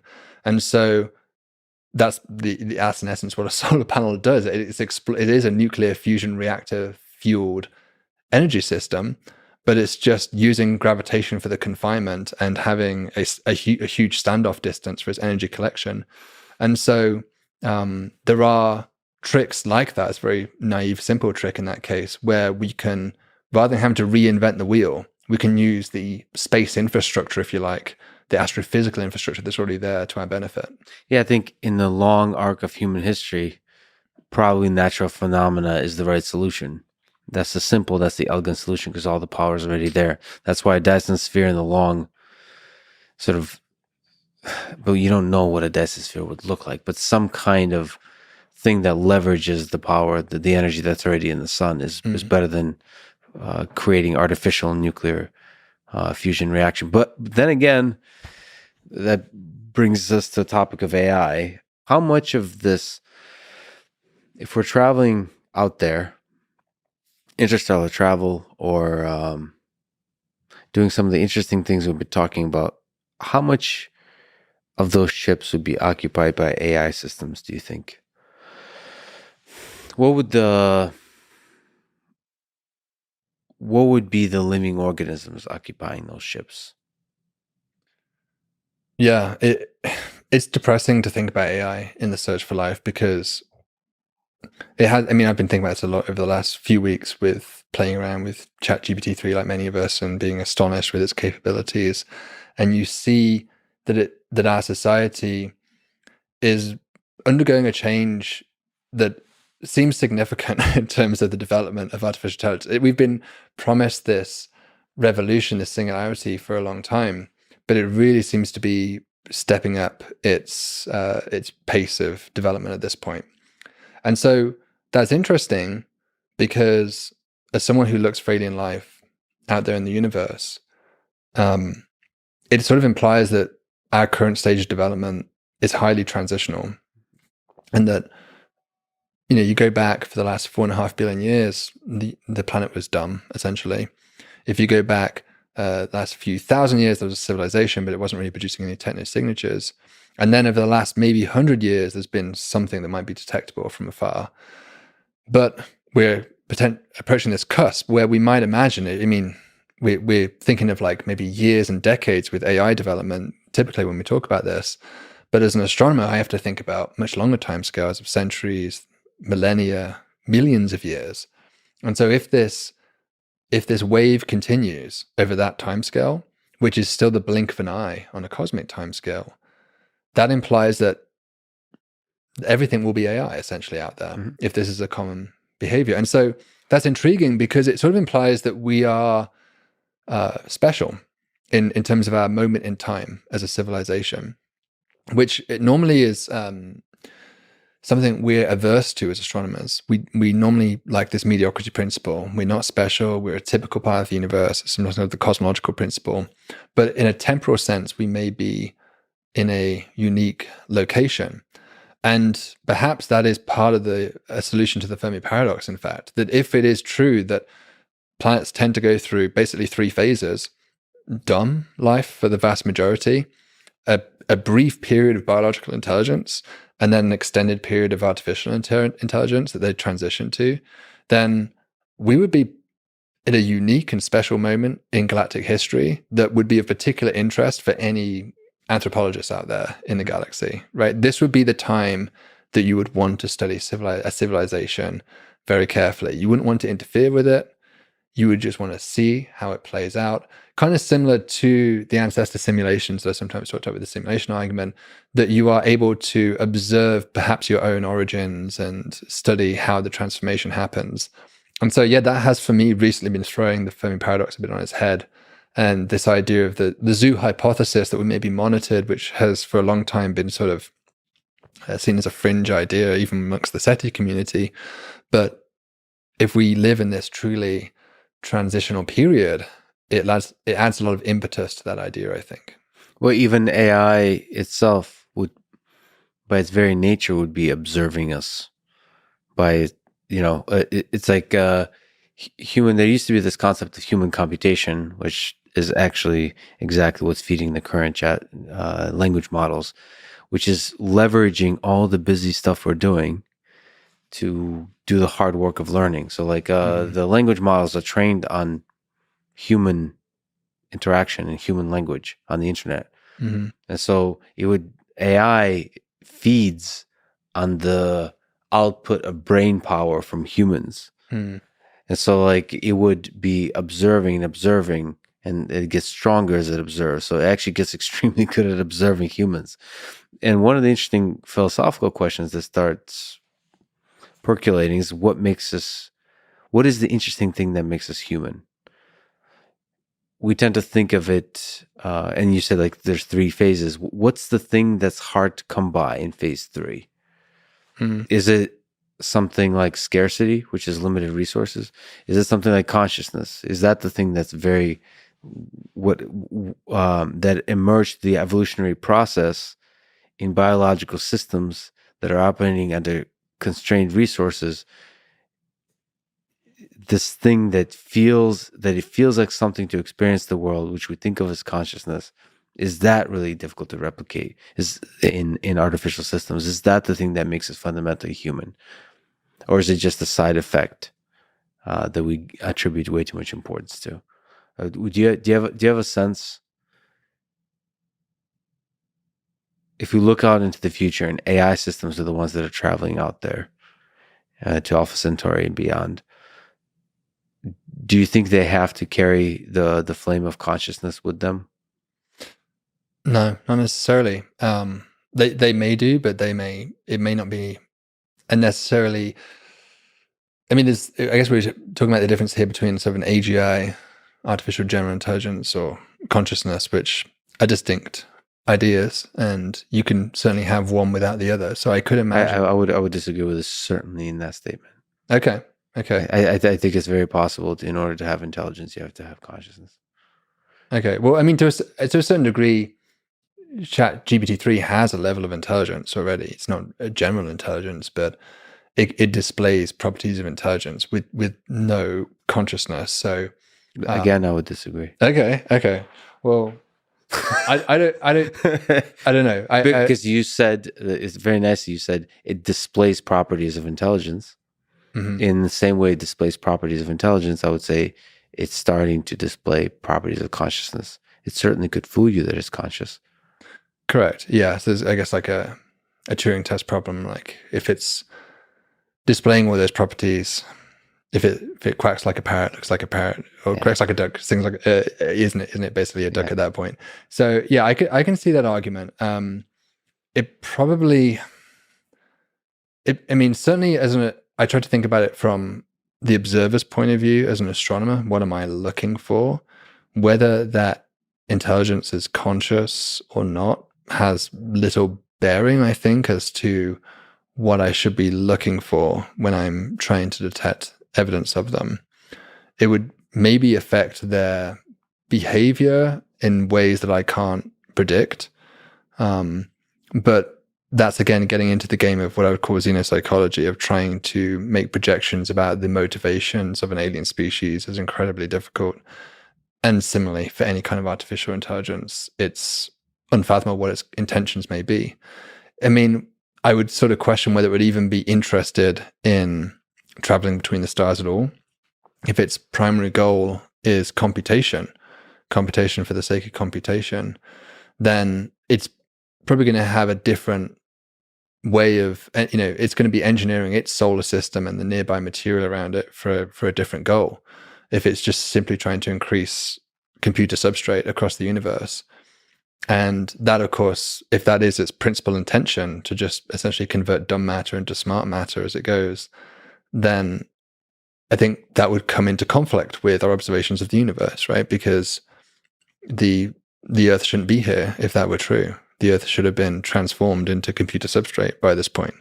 There has been plenty of time in the history of the galaxy for that to have happened. So I'm skeptical that we can... I'm skeptical in the part that's a behavior that AI or any civilization really engages in, but I also find it difficult to find a way out of it.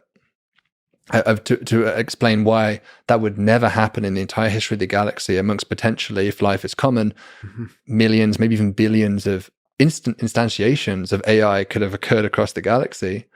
And so that seems to be a knock against the idea that there is life else or intelligent life elsewhere in the galaxy. The fact that hasn't occurred in our history is maybe the only solid data point we really have about the activities of other civilizations. Of course, the scary one could be that we just, at this stage, intelligent alien civilizations just start destroying themselves. It becomes too powerful. Everything's just too many weapons, too many nuclear weapons, too many nuclear weapon style systems that just, from mistake to aggression to, like, the probability of self-destruction is too high relative to the challenge of avoiding the technological challenges of avoiding self-destruction. You mean the AI destroys itself, or No, we destroy ourselves prior to the advent of AI? As we get smarter and smarter AI, either AI destroys us or there could be just a million. Like, AI is correlated. The development of AI is correlated with all this other technological innovation, genetic engineering, like all kinds of engineering at the nanoscale, to mass manufacture of things that could destroy us, or cracking physics enough to have very powerful weapons, nuclear weapons. All of it, just too much.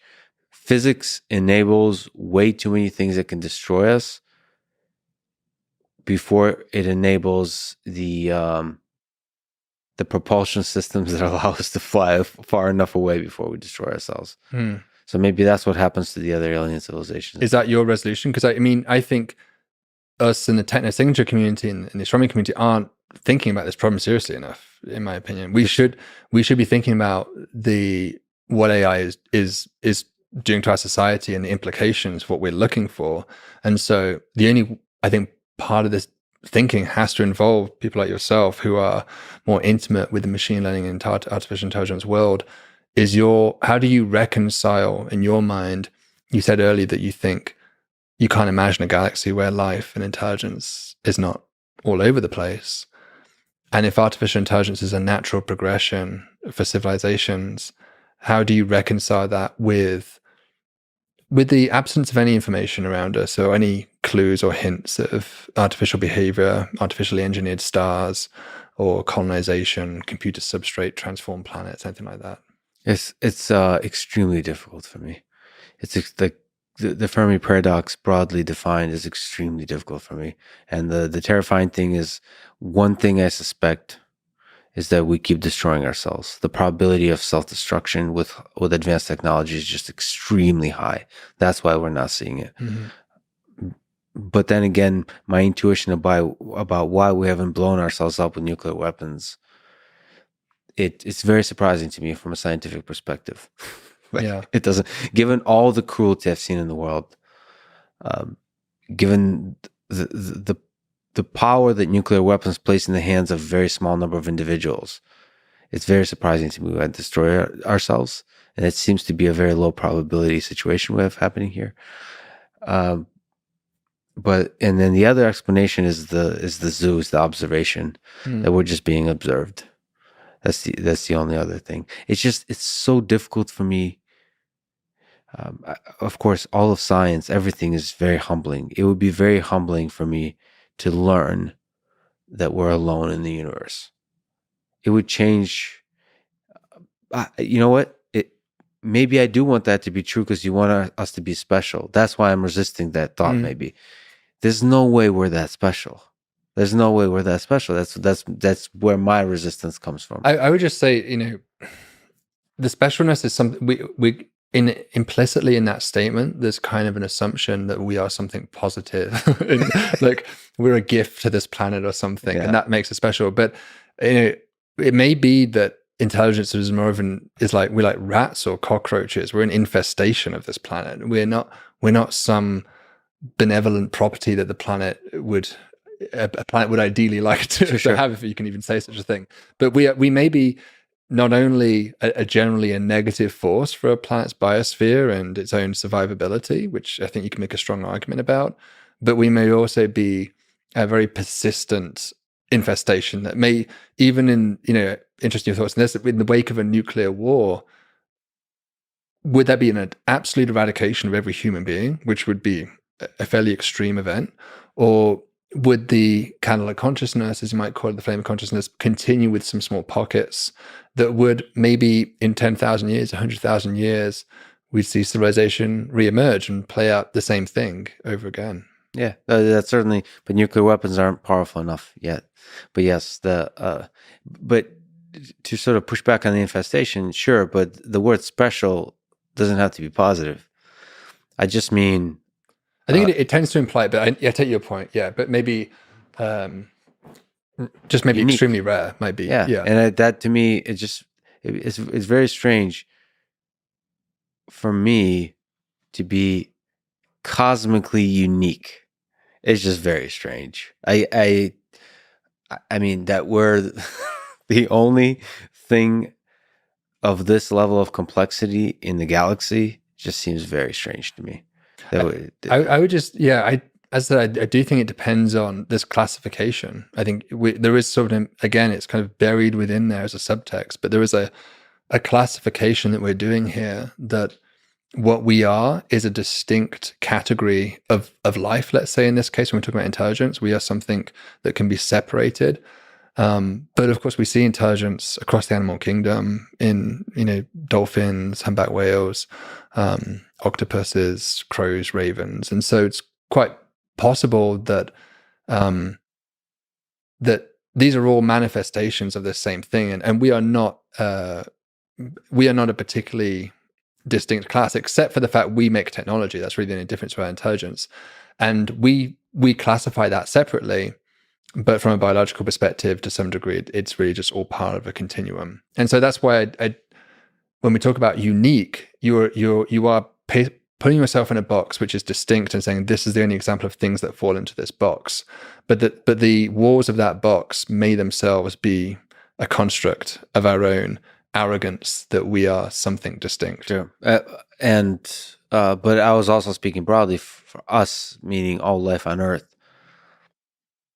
But then it's possible that there's all kinds of living ecosystems on other planets and other moons that just don't have interest in technological development. Mm-hmm.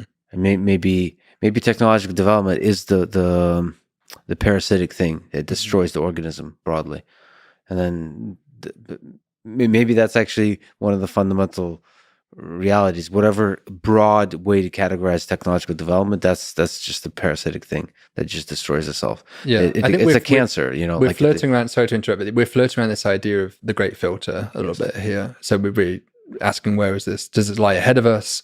Nuclear war, maybe imminent. That would be a filter that's ahead of us, or could it be behind us? And that it's the advent of technology that is genuinely a rare occurrence in the universe, and that explains the Fermi paradox. And so that's something that obviously people have debated and argued about in SETI for decades and decades, but it remains a persistent. People argue whether it should be really called a paradox or not, but it remains a consistent, apparent contradiction that you can make a very cogent argument as to why you expect life and intelligence to be common in the universe, and yet everything we know about the universe is fully compatible with just us being here. And that's a haunting thought, but I have no preference or desire for that to be true. I'm not trying to impose that view on anyone, but I do ask that we remain open-minded until evidence has been collected either way. Well, the thing is, it's one of, if not the, probably I would argue it's the most important question facing human civilization, or the most interesting. Yeah, I think scientifically speaking, like what question is more important than somehow, there could be other ways to sneak up to it, but it gets to the essence of what we are, what these living organisms are. Is somehow seeing another kind helps us understand. It speaks to the human condition, helps us understand what it is to be human to some degree.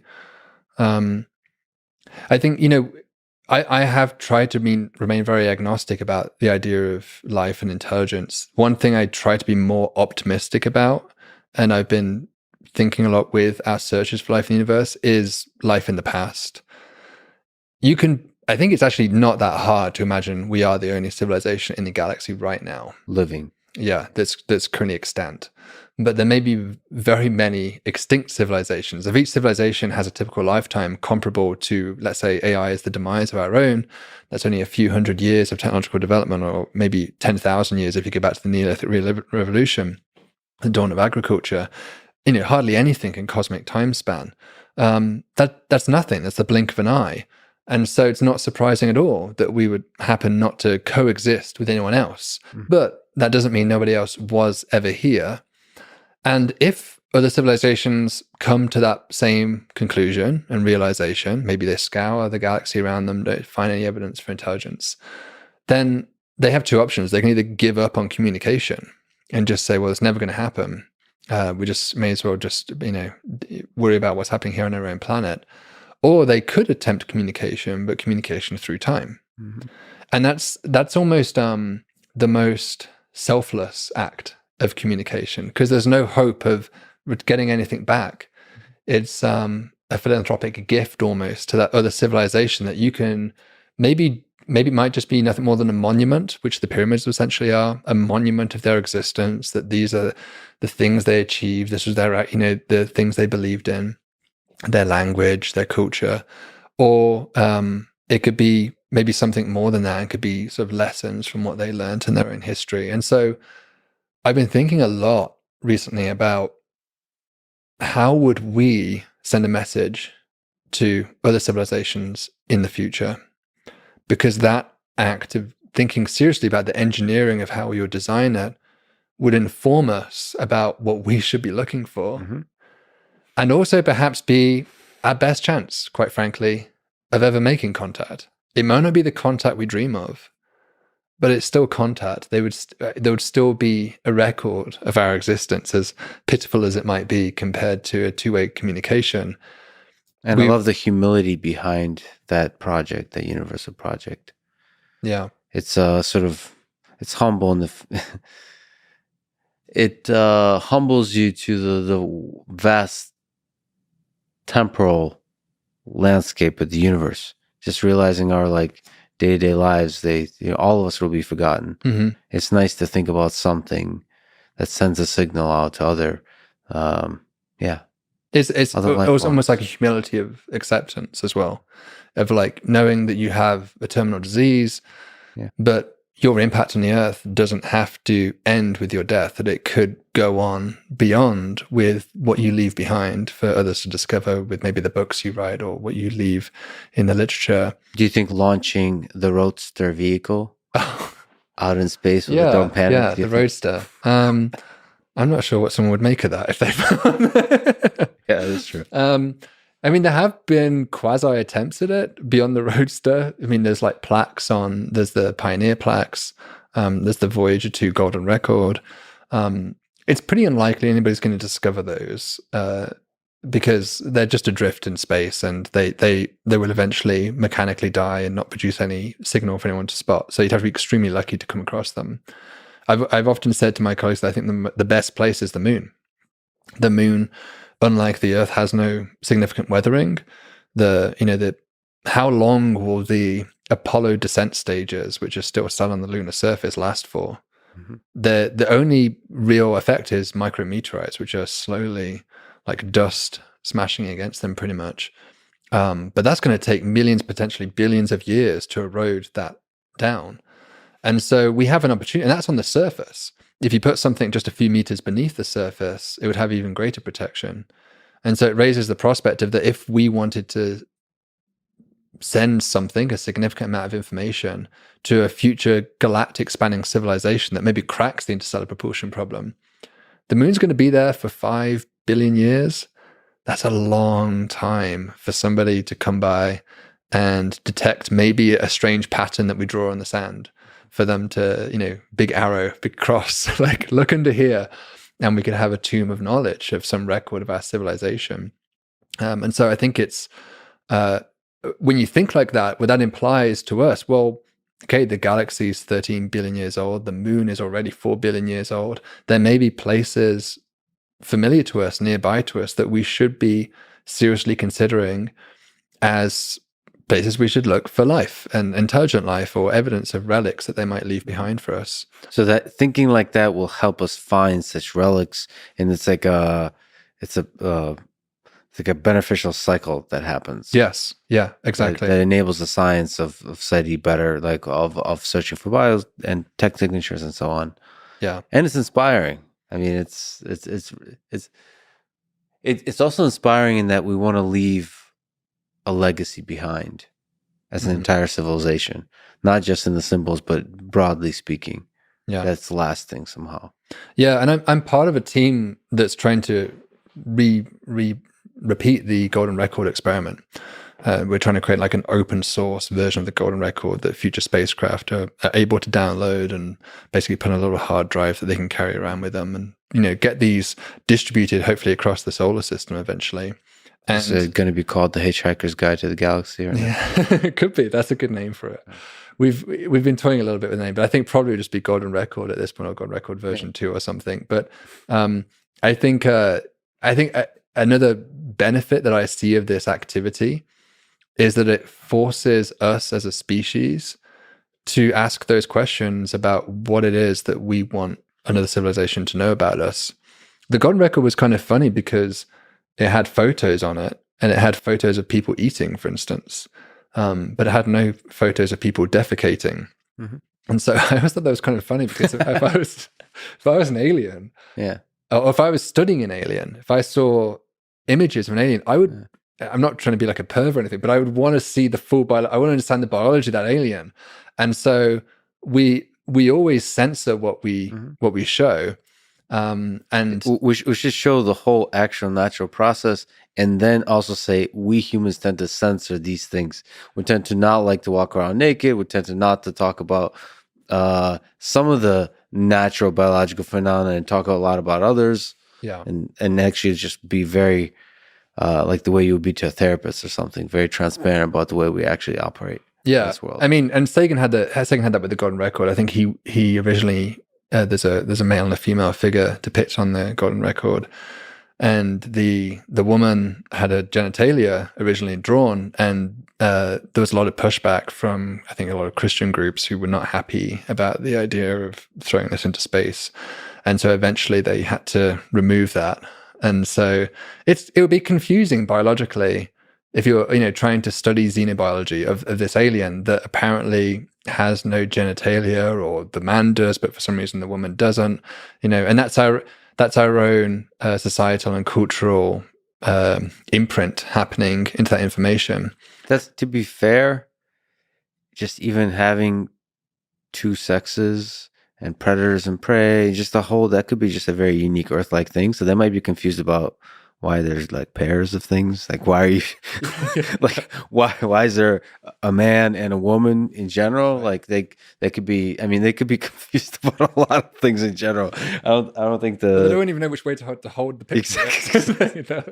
Or there's a picture. They might not need, they might have very different sensory devices to even interpret this. If they only, have sound as their only way of navigating the world, it's kind of lost to send any kind of, there's been a lot of conversation about sending video and audio and video and pictures, and that's one of the things I've been a little bit resistant about in the team, that I've been thinking, well, they might not have eyes, and so if you lived in on the Europa surface, having eyes wouldn't be very useful. If you lived on a very dark planet on the tightly locked night side of an exoplanet, having eyes wouldn't be particularly useful. So it's kind of a presumption of us to think that video is a useful form of communication. Do you hope we become a multiplanetary species? So we almost sneaking up to that, but the efforts of SpaceX, of Elon, maybe in general, what your thoughts are about those efforts. So you already mentioned Starship will be very interesting for astronomy, for science in general, just getting stuff out into space. But what about the longer term goal of actually colonizing, of building civilizations on other surfaces, on moons, on planets? It seems like a fairly obvious thing to do for our survival, right? There's a high risk if we are committed to trying to keep this human experiment going. Putting all of our eggs in one basket is always going to be a risky strategy to pursue. It's a nice basket, though. But It is a beautiful basket. I wouldn't want to. I personally have no interest in living on Mars or the moon. Yeah. I would like to visit, but I would definitely not want to spend the rest of my life and die on Mars. It's a hellhole. Mars is a very, very different. I think the idea that this is going to happen in the next 10, 20 years seems to me very optimistic. Not that it's insurmountable, but the challenges are extreme to survive on a planet like Mars, which is like a dry, frozen desert with a high radiation environment. It's a challenge of a type we've never faced before. So I'm sure human ingenuity can tackle it, but I'm skeptical that we'll have thousands of people living on Mars in my lifetime. But I would relish that opportunity to maybe one day visit such a settlement and do scientific experiments on Mars or experience Mars, do astronomy from Mars, all sorts of cool stuff you could do. Sometimes you see these dreams of outer solar system exploration, and you can like fly through the clouds of Venus, or you could just do these enormous jumps on like these small moons where you can essentially jump as high as a skyscraper and traverse them. So there's all sorts of wonderful ice skating on Europa might be fun. So don't get me wrong, I love the idea of us becoming interplanetary. I think it's just a question of time. Our own destructive tendencies are, as you said earlier, are at odds with our emerging capability to become interplanetary. And the question is, will we get out of the nest before we burn it down? And I don't know. I hope that we do, but I don't have any special insight that there is a problem. There is somewhat of a gnawing intellectual itch I have with the so-called doomsday argument, which I try not to treat too seriously, but there is some element of it that bothers me. The doomsday argument basically suggests that you're typically the mediocrity principle, you're not special, that you're probably going to be born somewhere in the middle of all human beings who will ever be born. You're unlikely to be one of the first 1% of human beings that ever lived, and one of the last 1%, and similarly the last 1% of human beings that will ever live, because you'd be very unique and special if that were true. And so by this logic, you can sort of calculate how many generations of humans you might expect. So if there's been, let's say, 100 billion human beings that have ever lived on this planet, then you could say to 95% confidence, so you divide by 5%. So 100 billion divided by 0.05 would give you 2 trillion human beings that would ever live, you'd expect by this argument. And so if let's say each planet, in general, the planet has a 10 billion population. So that would be 200 generations of humans we would expect ahead of us. And if each one has an average lifetime of, say, 100 years, then that would be about 20,000 years. So there's 20,000 years left on the clock. There's like a typical doomsday argument type. That's how they typically lay it out. Now, you can argue a lot of the criticisms of the doomsday argument come down to, well, what are you really counting? You're counting humans there, but maybe you should be counting years. Or maybe you should be counting human hours. Because what you count makes a big difference to what you get out on the other end. So this is called the reference class. And so that's one of the big criticisms of the doomsday argument. But I do think it has a compelling point that it would be surprising if our future is to one day blossom and become a galactic spanning empire. Trillions upon trillions upon trillions of human beings will one day live across the stars for essentially as long as the galaxy exists and the stars burn. We would live at an incredibly special point in that story.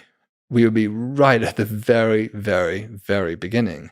And that's not impossible, but it's just somewhat improbable.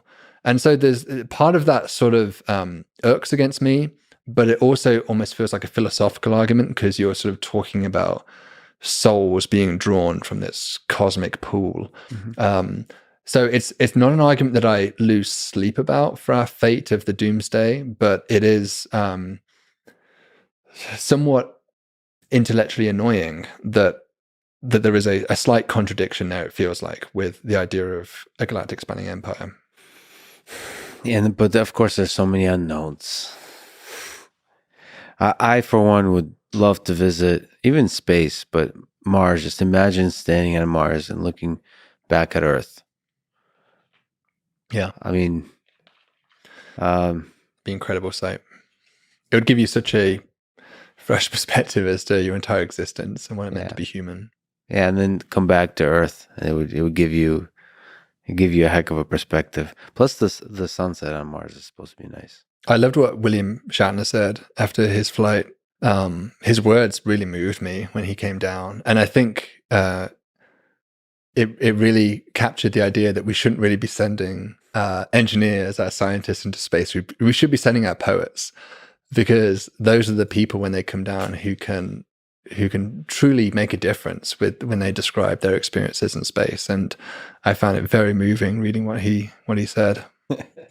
Yeah, when you talk to astronauts, when they describe what they see, it's like this, like they've discovered a whole new thing that they can't possibly convert back into words. Yeah. Yeah, it's beautiful to see. Just as a quick, before I forget, I have to ask you, can you summarize your argument against the hypothesis that we live in a simulation? Is it similar to our discussion about the doomsday clock? No, it's actually probably more similar to my agnosticism about life in the universe, and it's just sort of remaining agnostic about all possibilities. The simulation argument, sometimes it gets mixed. There's kind of two distinct things that we need to consider. One is the probability that we live in so-called base reality, that we're not living in a simulated reality itself. And another probability we need to consider is the probability that technology is viable, possible, and something we will ultimately choose to one day do. And those are two distinct things. They're probably quite similar numbers to each other, but they are distinct probabilities. So in my paper, I wrote about this. I just tried to work through the problem. I teach astrophysics, actually teaching it this morning. And so it just seemed like a fun case study of working through a Bayesian calculation for it. Bayesian calculations work on conditionals. And so when you hear, what kind of inspired this project was when I heard Musk said was like a 1,000,000,000 to 1 chance that we don't live in a simulation. He's right if you add the Bayesian conditional. And the Bayesian conditional is conditioned upon the fact that we eventually develop that technology and choose to use it, or it's chosen to be used by such species, by such civilizations. That's the conditional. And you have to add that in because that conditional isn't guaranteed. And so in a Bayesian framework, you can kind of make that explicit. You see mathematically, explicitly, that's a conditional in your equation. And the opposite side of the coin is basically in the trilemma that Bostrom originally put forward. It's options 1 and 2. So option 1 is that you basically never develop the ability to do that. Option 2 is you never choose to execute that. So we kind of group those together as sort of the non-simulation scenario, let's call it. And so you've got non-simulation scenario and simulation scenario. And agnostically, we really have to give how do you assess the a priori model probability of those two scenarios? It's very difficult, and I think people would probably argue about how you assign those priors. In the paper, we just assigned 50-50. We just said, this hasn't been demonstrated yet. There's no evidence that this is actually technically possible, but nor is it that it's not technically possible. So we're just going to assign 50-50 probability to these two hypotheses. And then in the hypothesis where you have a simulated reality, you have a base reality sat at the top. So there is, even in the simulated hypothesis, there's a probability you still live in base reality. And then there's a whole myriad of universes beneath that, which are all simulated. And so you have a very slim probability of being in base reality if this is true. And you have a 100% probability of living in base reality, on the other hand, if it's not true and we never develop that ability or choose never to use it. And so then you apply this technique called Bayesian model averaging, which is where you propagate the uncertainty of your two models to get out a final estimate. And because of that one base reality that lives in the simulated scenario, you end up counting this up and getting that it always has to be less than 50%. So the probability you live in a simulated reality versus base reality has to be slightly less than 50%. Now, that really comes down to that statement of giving it 50-50 odds to begin with. And on the one hand, you might say, look, David, I work in artificial intelligence. I'm very confident that this is going to happen, just of extrapolating off current trends.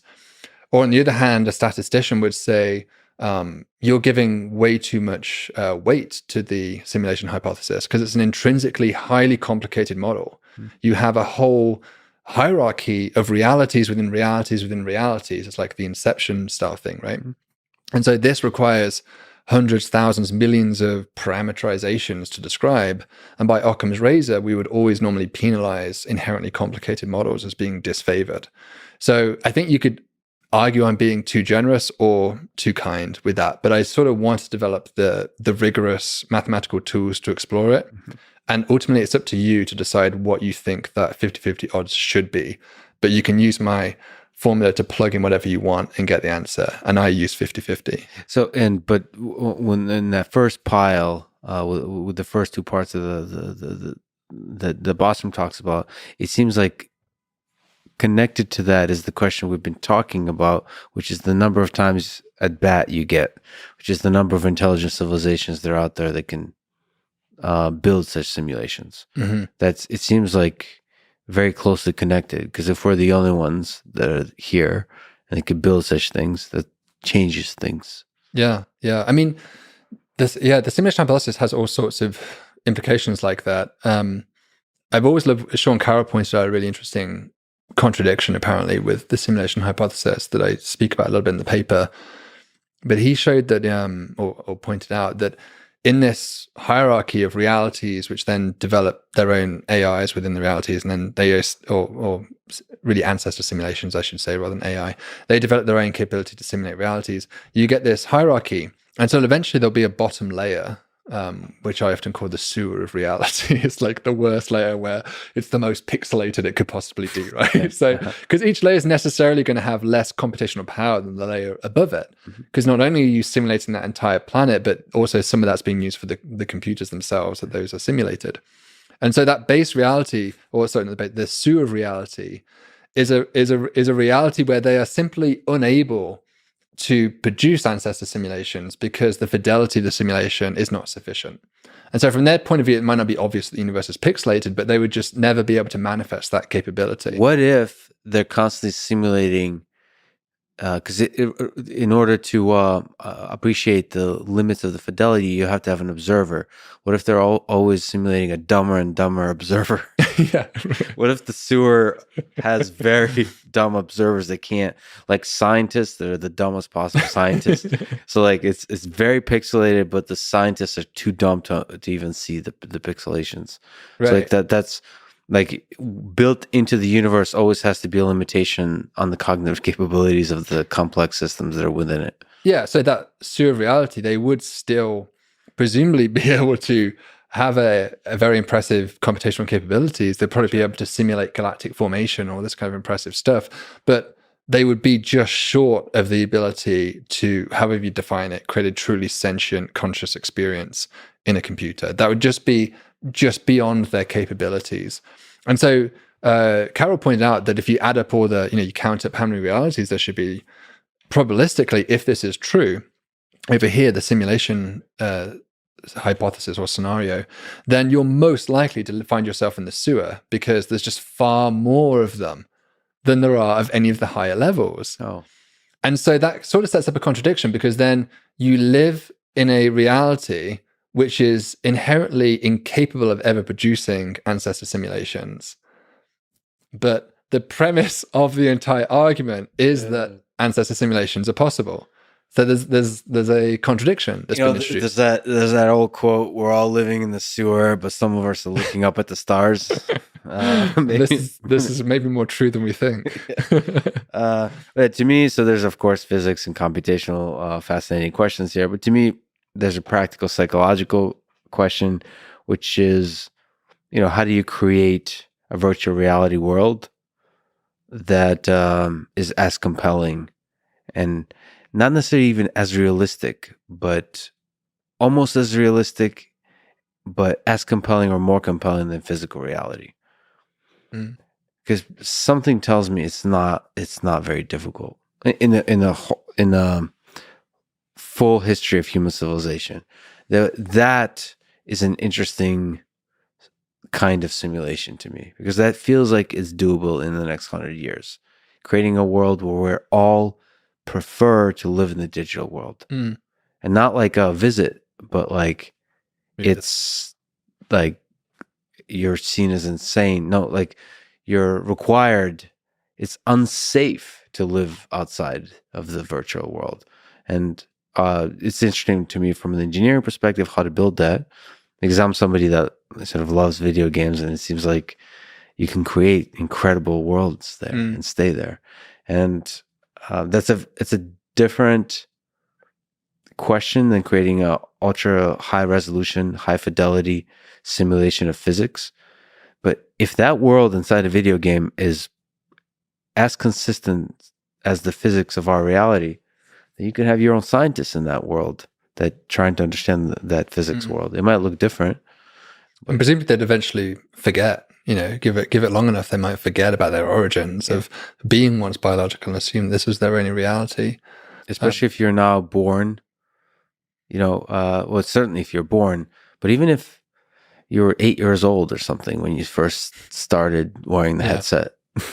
Yeah, or you could have a memory wipe when you go in. I mean, it also kind of maybe speaks to this issue of like Neuralink and how do we keep up with AI in our world.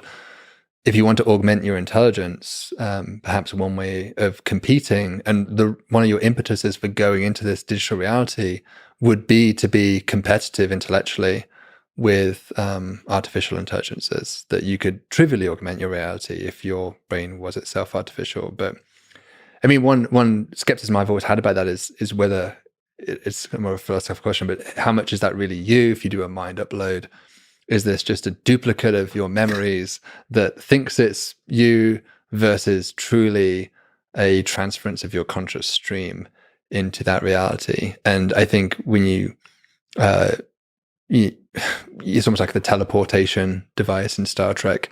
But with teleportation, quantum teleportation, you can kind of rigorously show that as long as all of the quantum numbers are exactly duplicated as you transfer over, it truly is, from the universe's perspective, in every way indistinguishable from what was there before. It really is, in principle, you and all the sense of being you, versus creating a duplicate clone and uploading memories to that human body or a computer that would surely be a discontinuation of that conscious experience by virtue of the fact you've multiplied it. And so I would be hesitant about uploading for that reason. I would see it mostly as my own killing myself and having some AI duplicate of me that persists in this world, but is not truly my experience.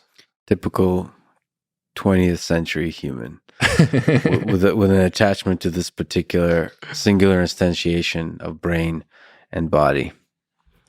How silly humans used to be. Used to have rotary phones and and other silly things. You're an incredible human being. You're an educator. You're a researcher. You have like an amazing YouTube channel. Looking to young people, if you were to give them advice, how can they have a career that maybe is inspired by yours, inspired by wandering curiosity, a career they can be proud of, or a life they can be proud of? What advice would you give? I certainly think in terms of a career in science, one thing that I maybe discovered late, but has been incredibly influential on me in terms of my own happiness and my own productivity, has been this synergy of doing two passions at once. One passion in science communication, another passion in research, and not surrendering either one. And I think that tends to be seen as something that's an either or. You have to completely dedicate yourself to one thing to gain mastery in it. That's a conventional way of thinking about both science and other disciplines. And I have found that both have been elevated by practicing in each. And I think that's true in all assets of life. I mean, if you want to become the best researcher you possibly can, you're pushing your intellect and in a sense your body to a high level. And so to me, I've always wanted to couple that with training of my body, training of my mind in other ways besides from just what I'm doing when I'm in the lecture room or when I'm in my office, calculating something. focusing on your own development through whatever it is, meditation. For me, it's often running, working out, and pursuing multiple passions provides this almost synergistic bliss of all of them together. So often I've had some of the best research ideas from making a YouTube video and trying to communicate an idea, or interacting with my audience who've had a question that sparked a whole trail of thought that led down this wonderful intellectual rabbit hole, or maybe to a new intellectual discovery. Can go either way sometimes with those things.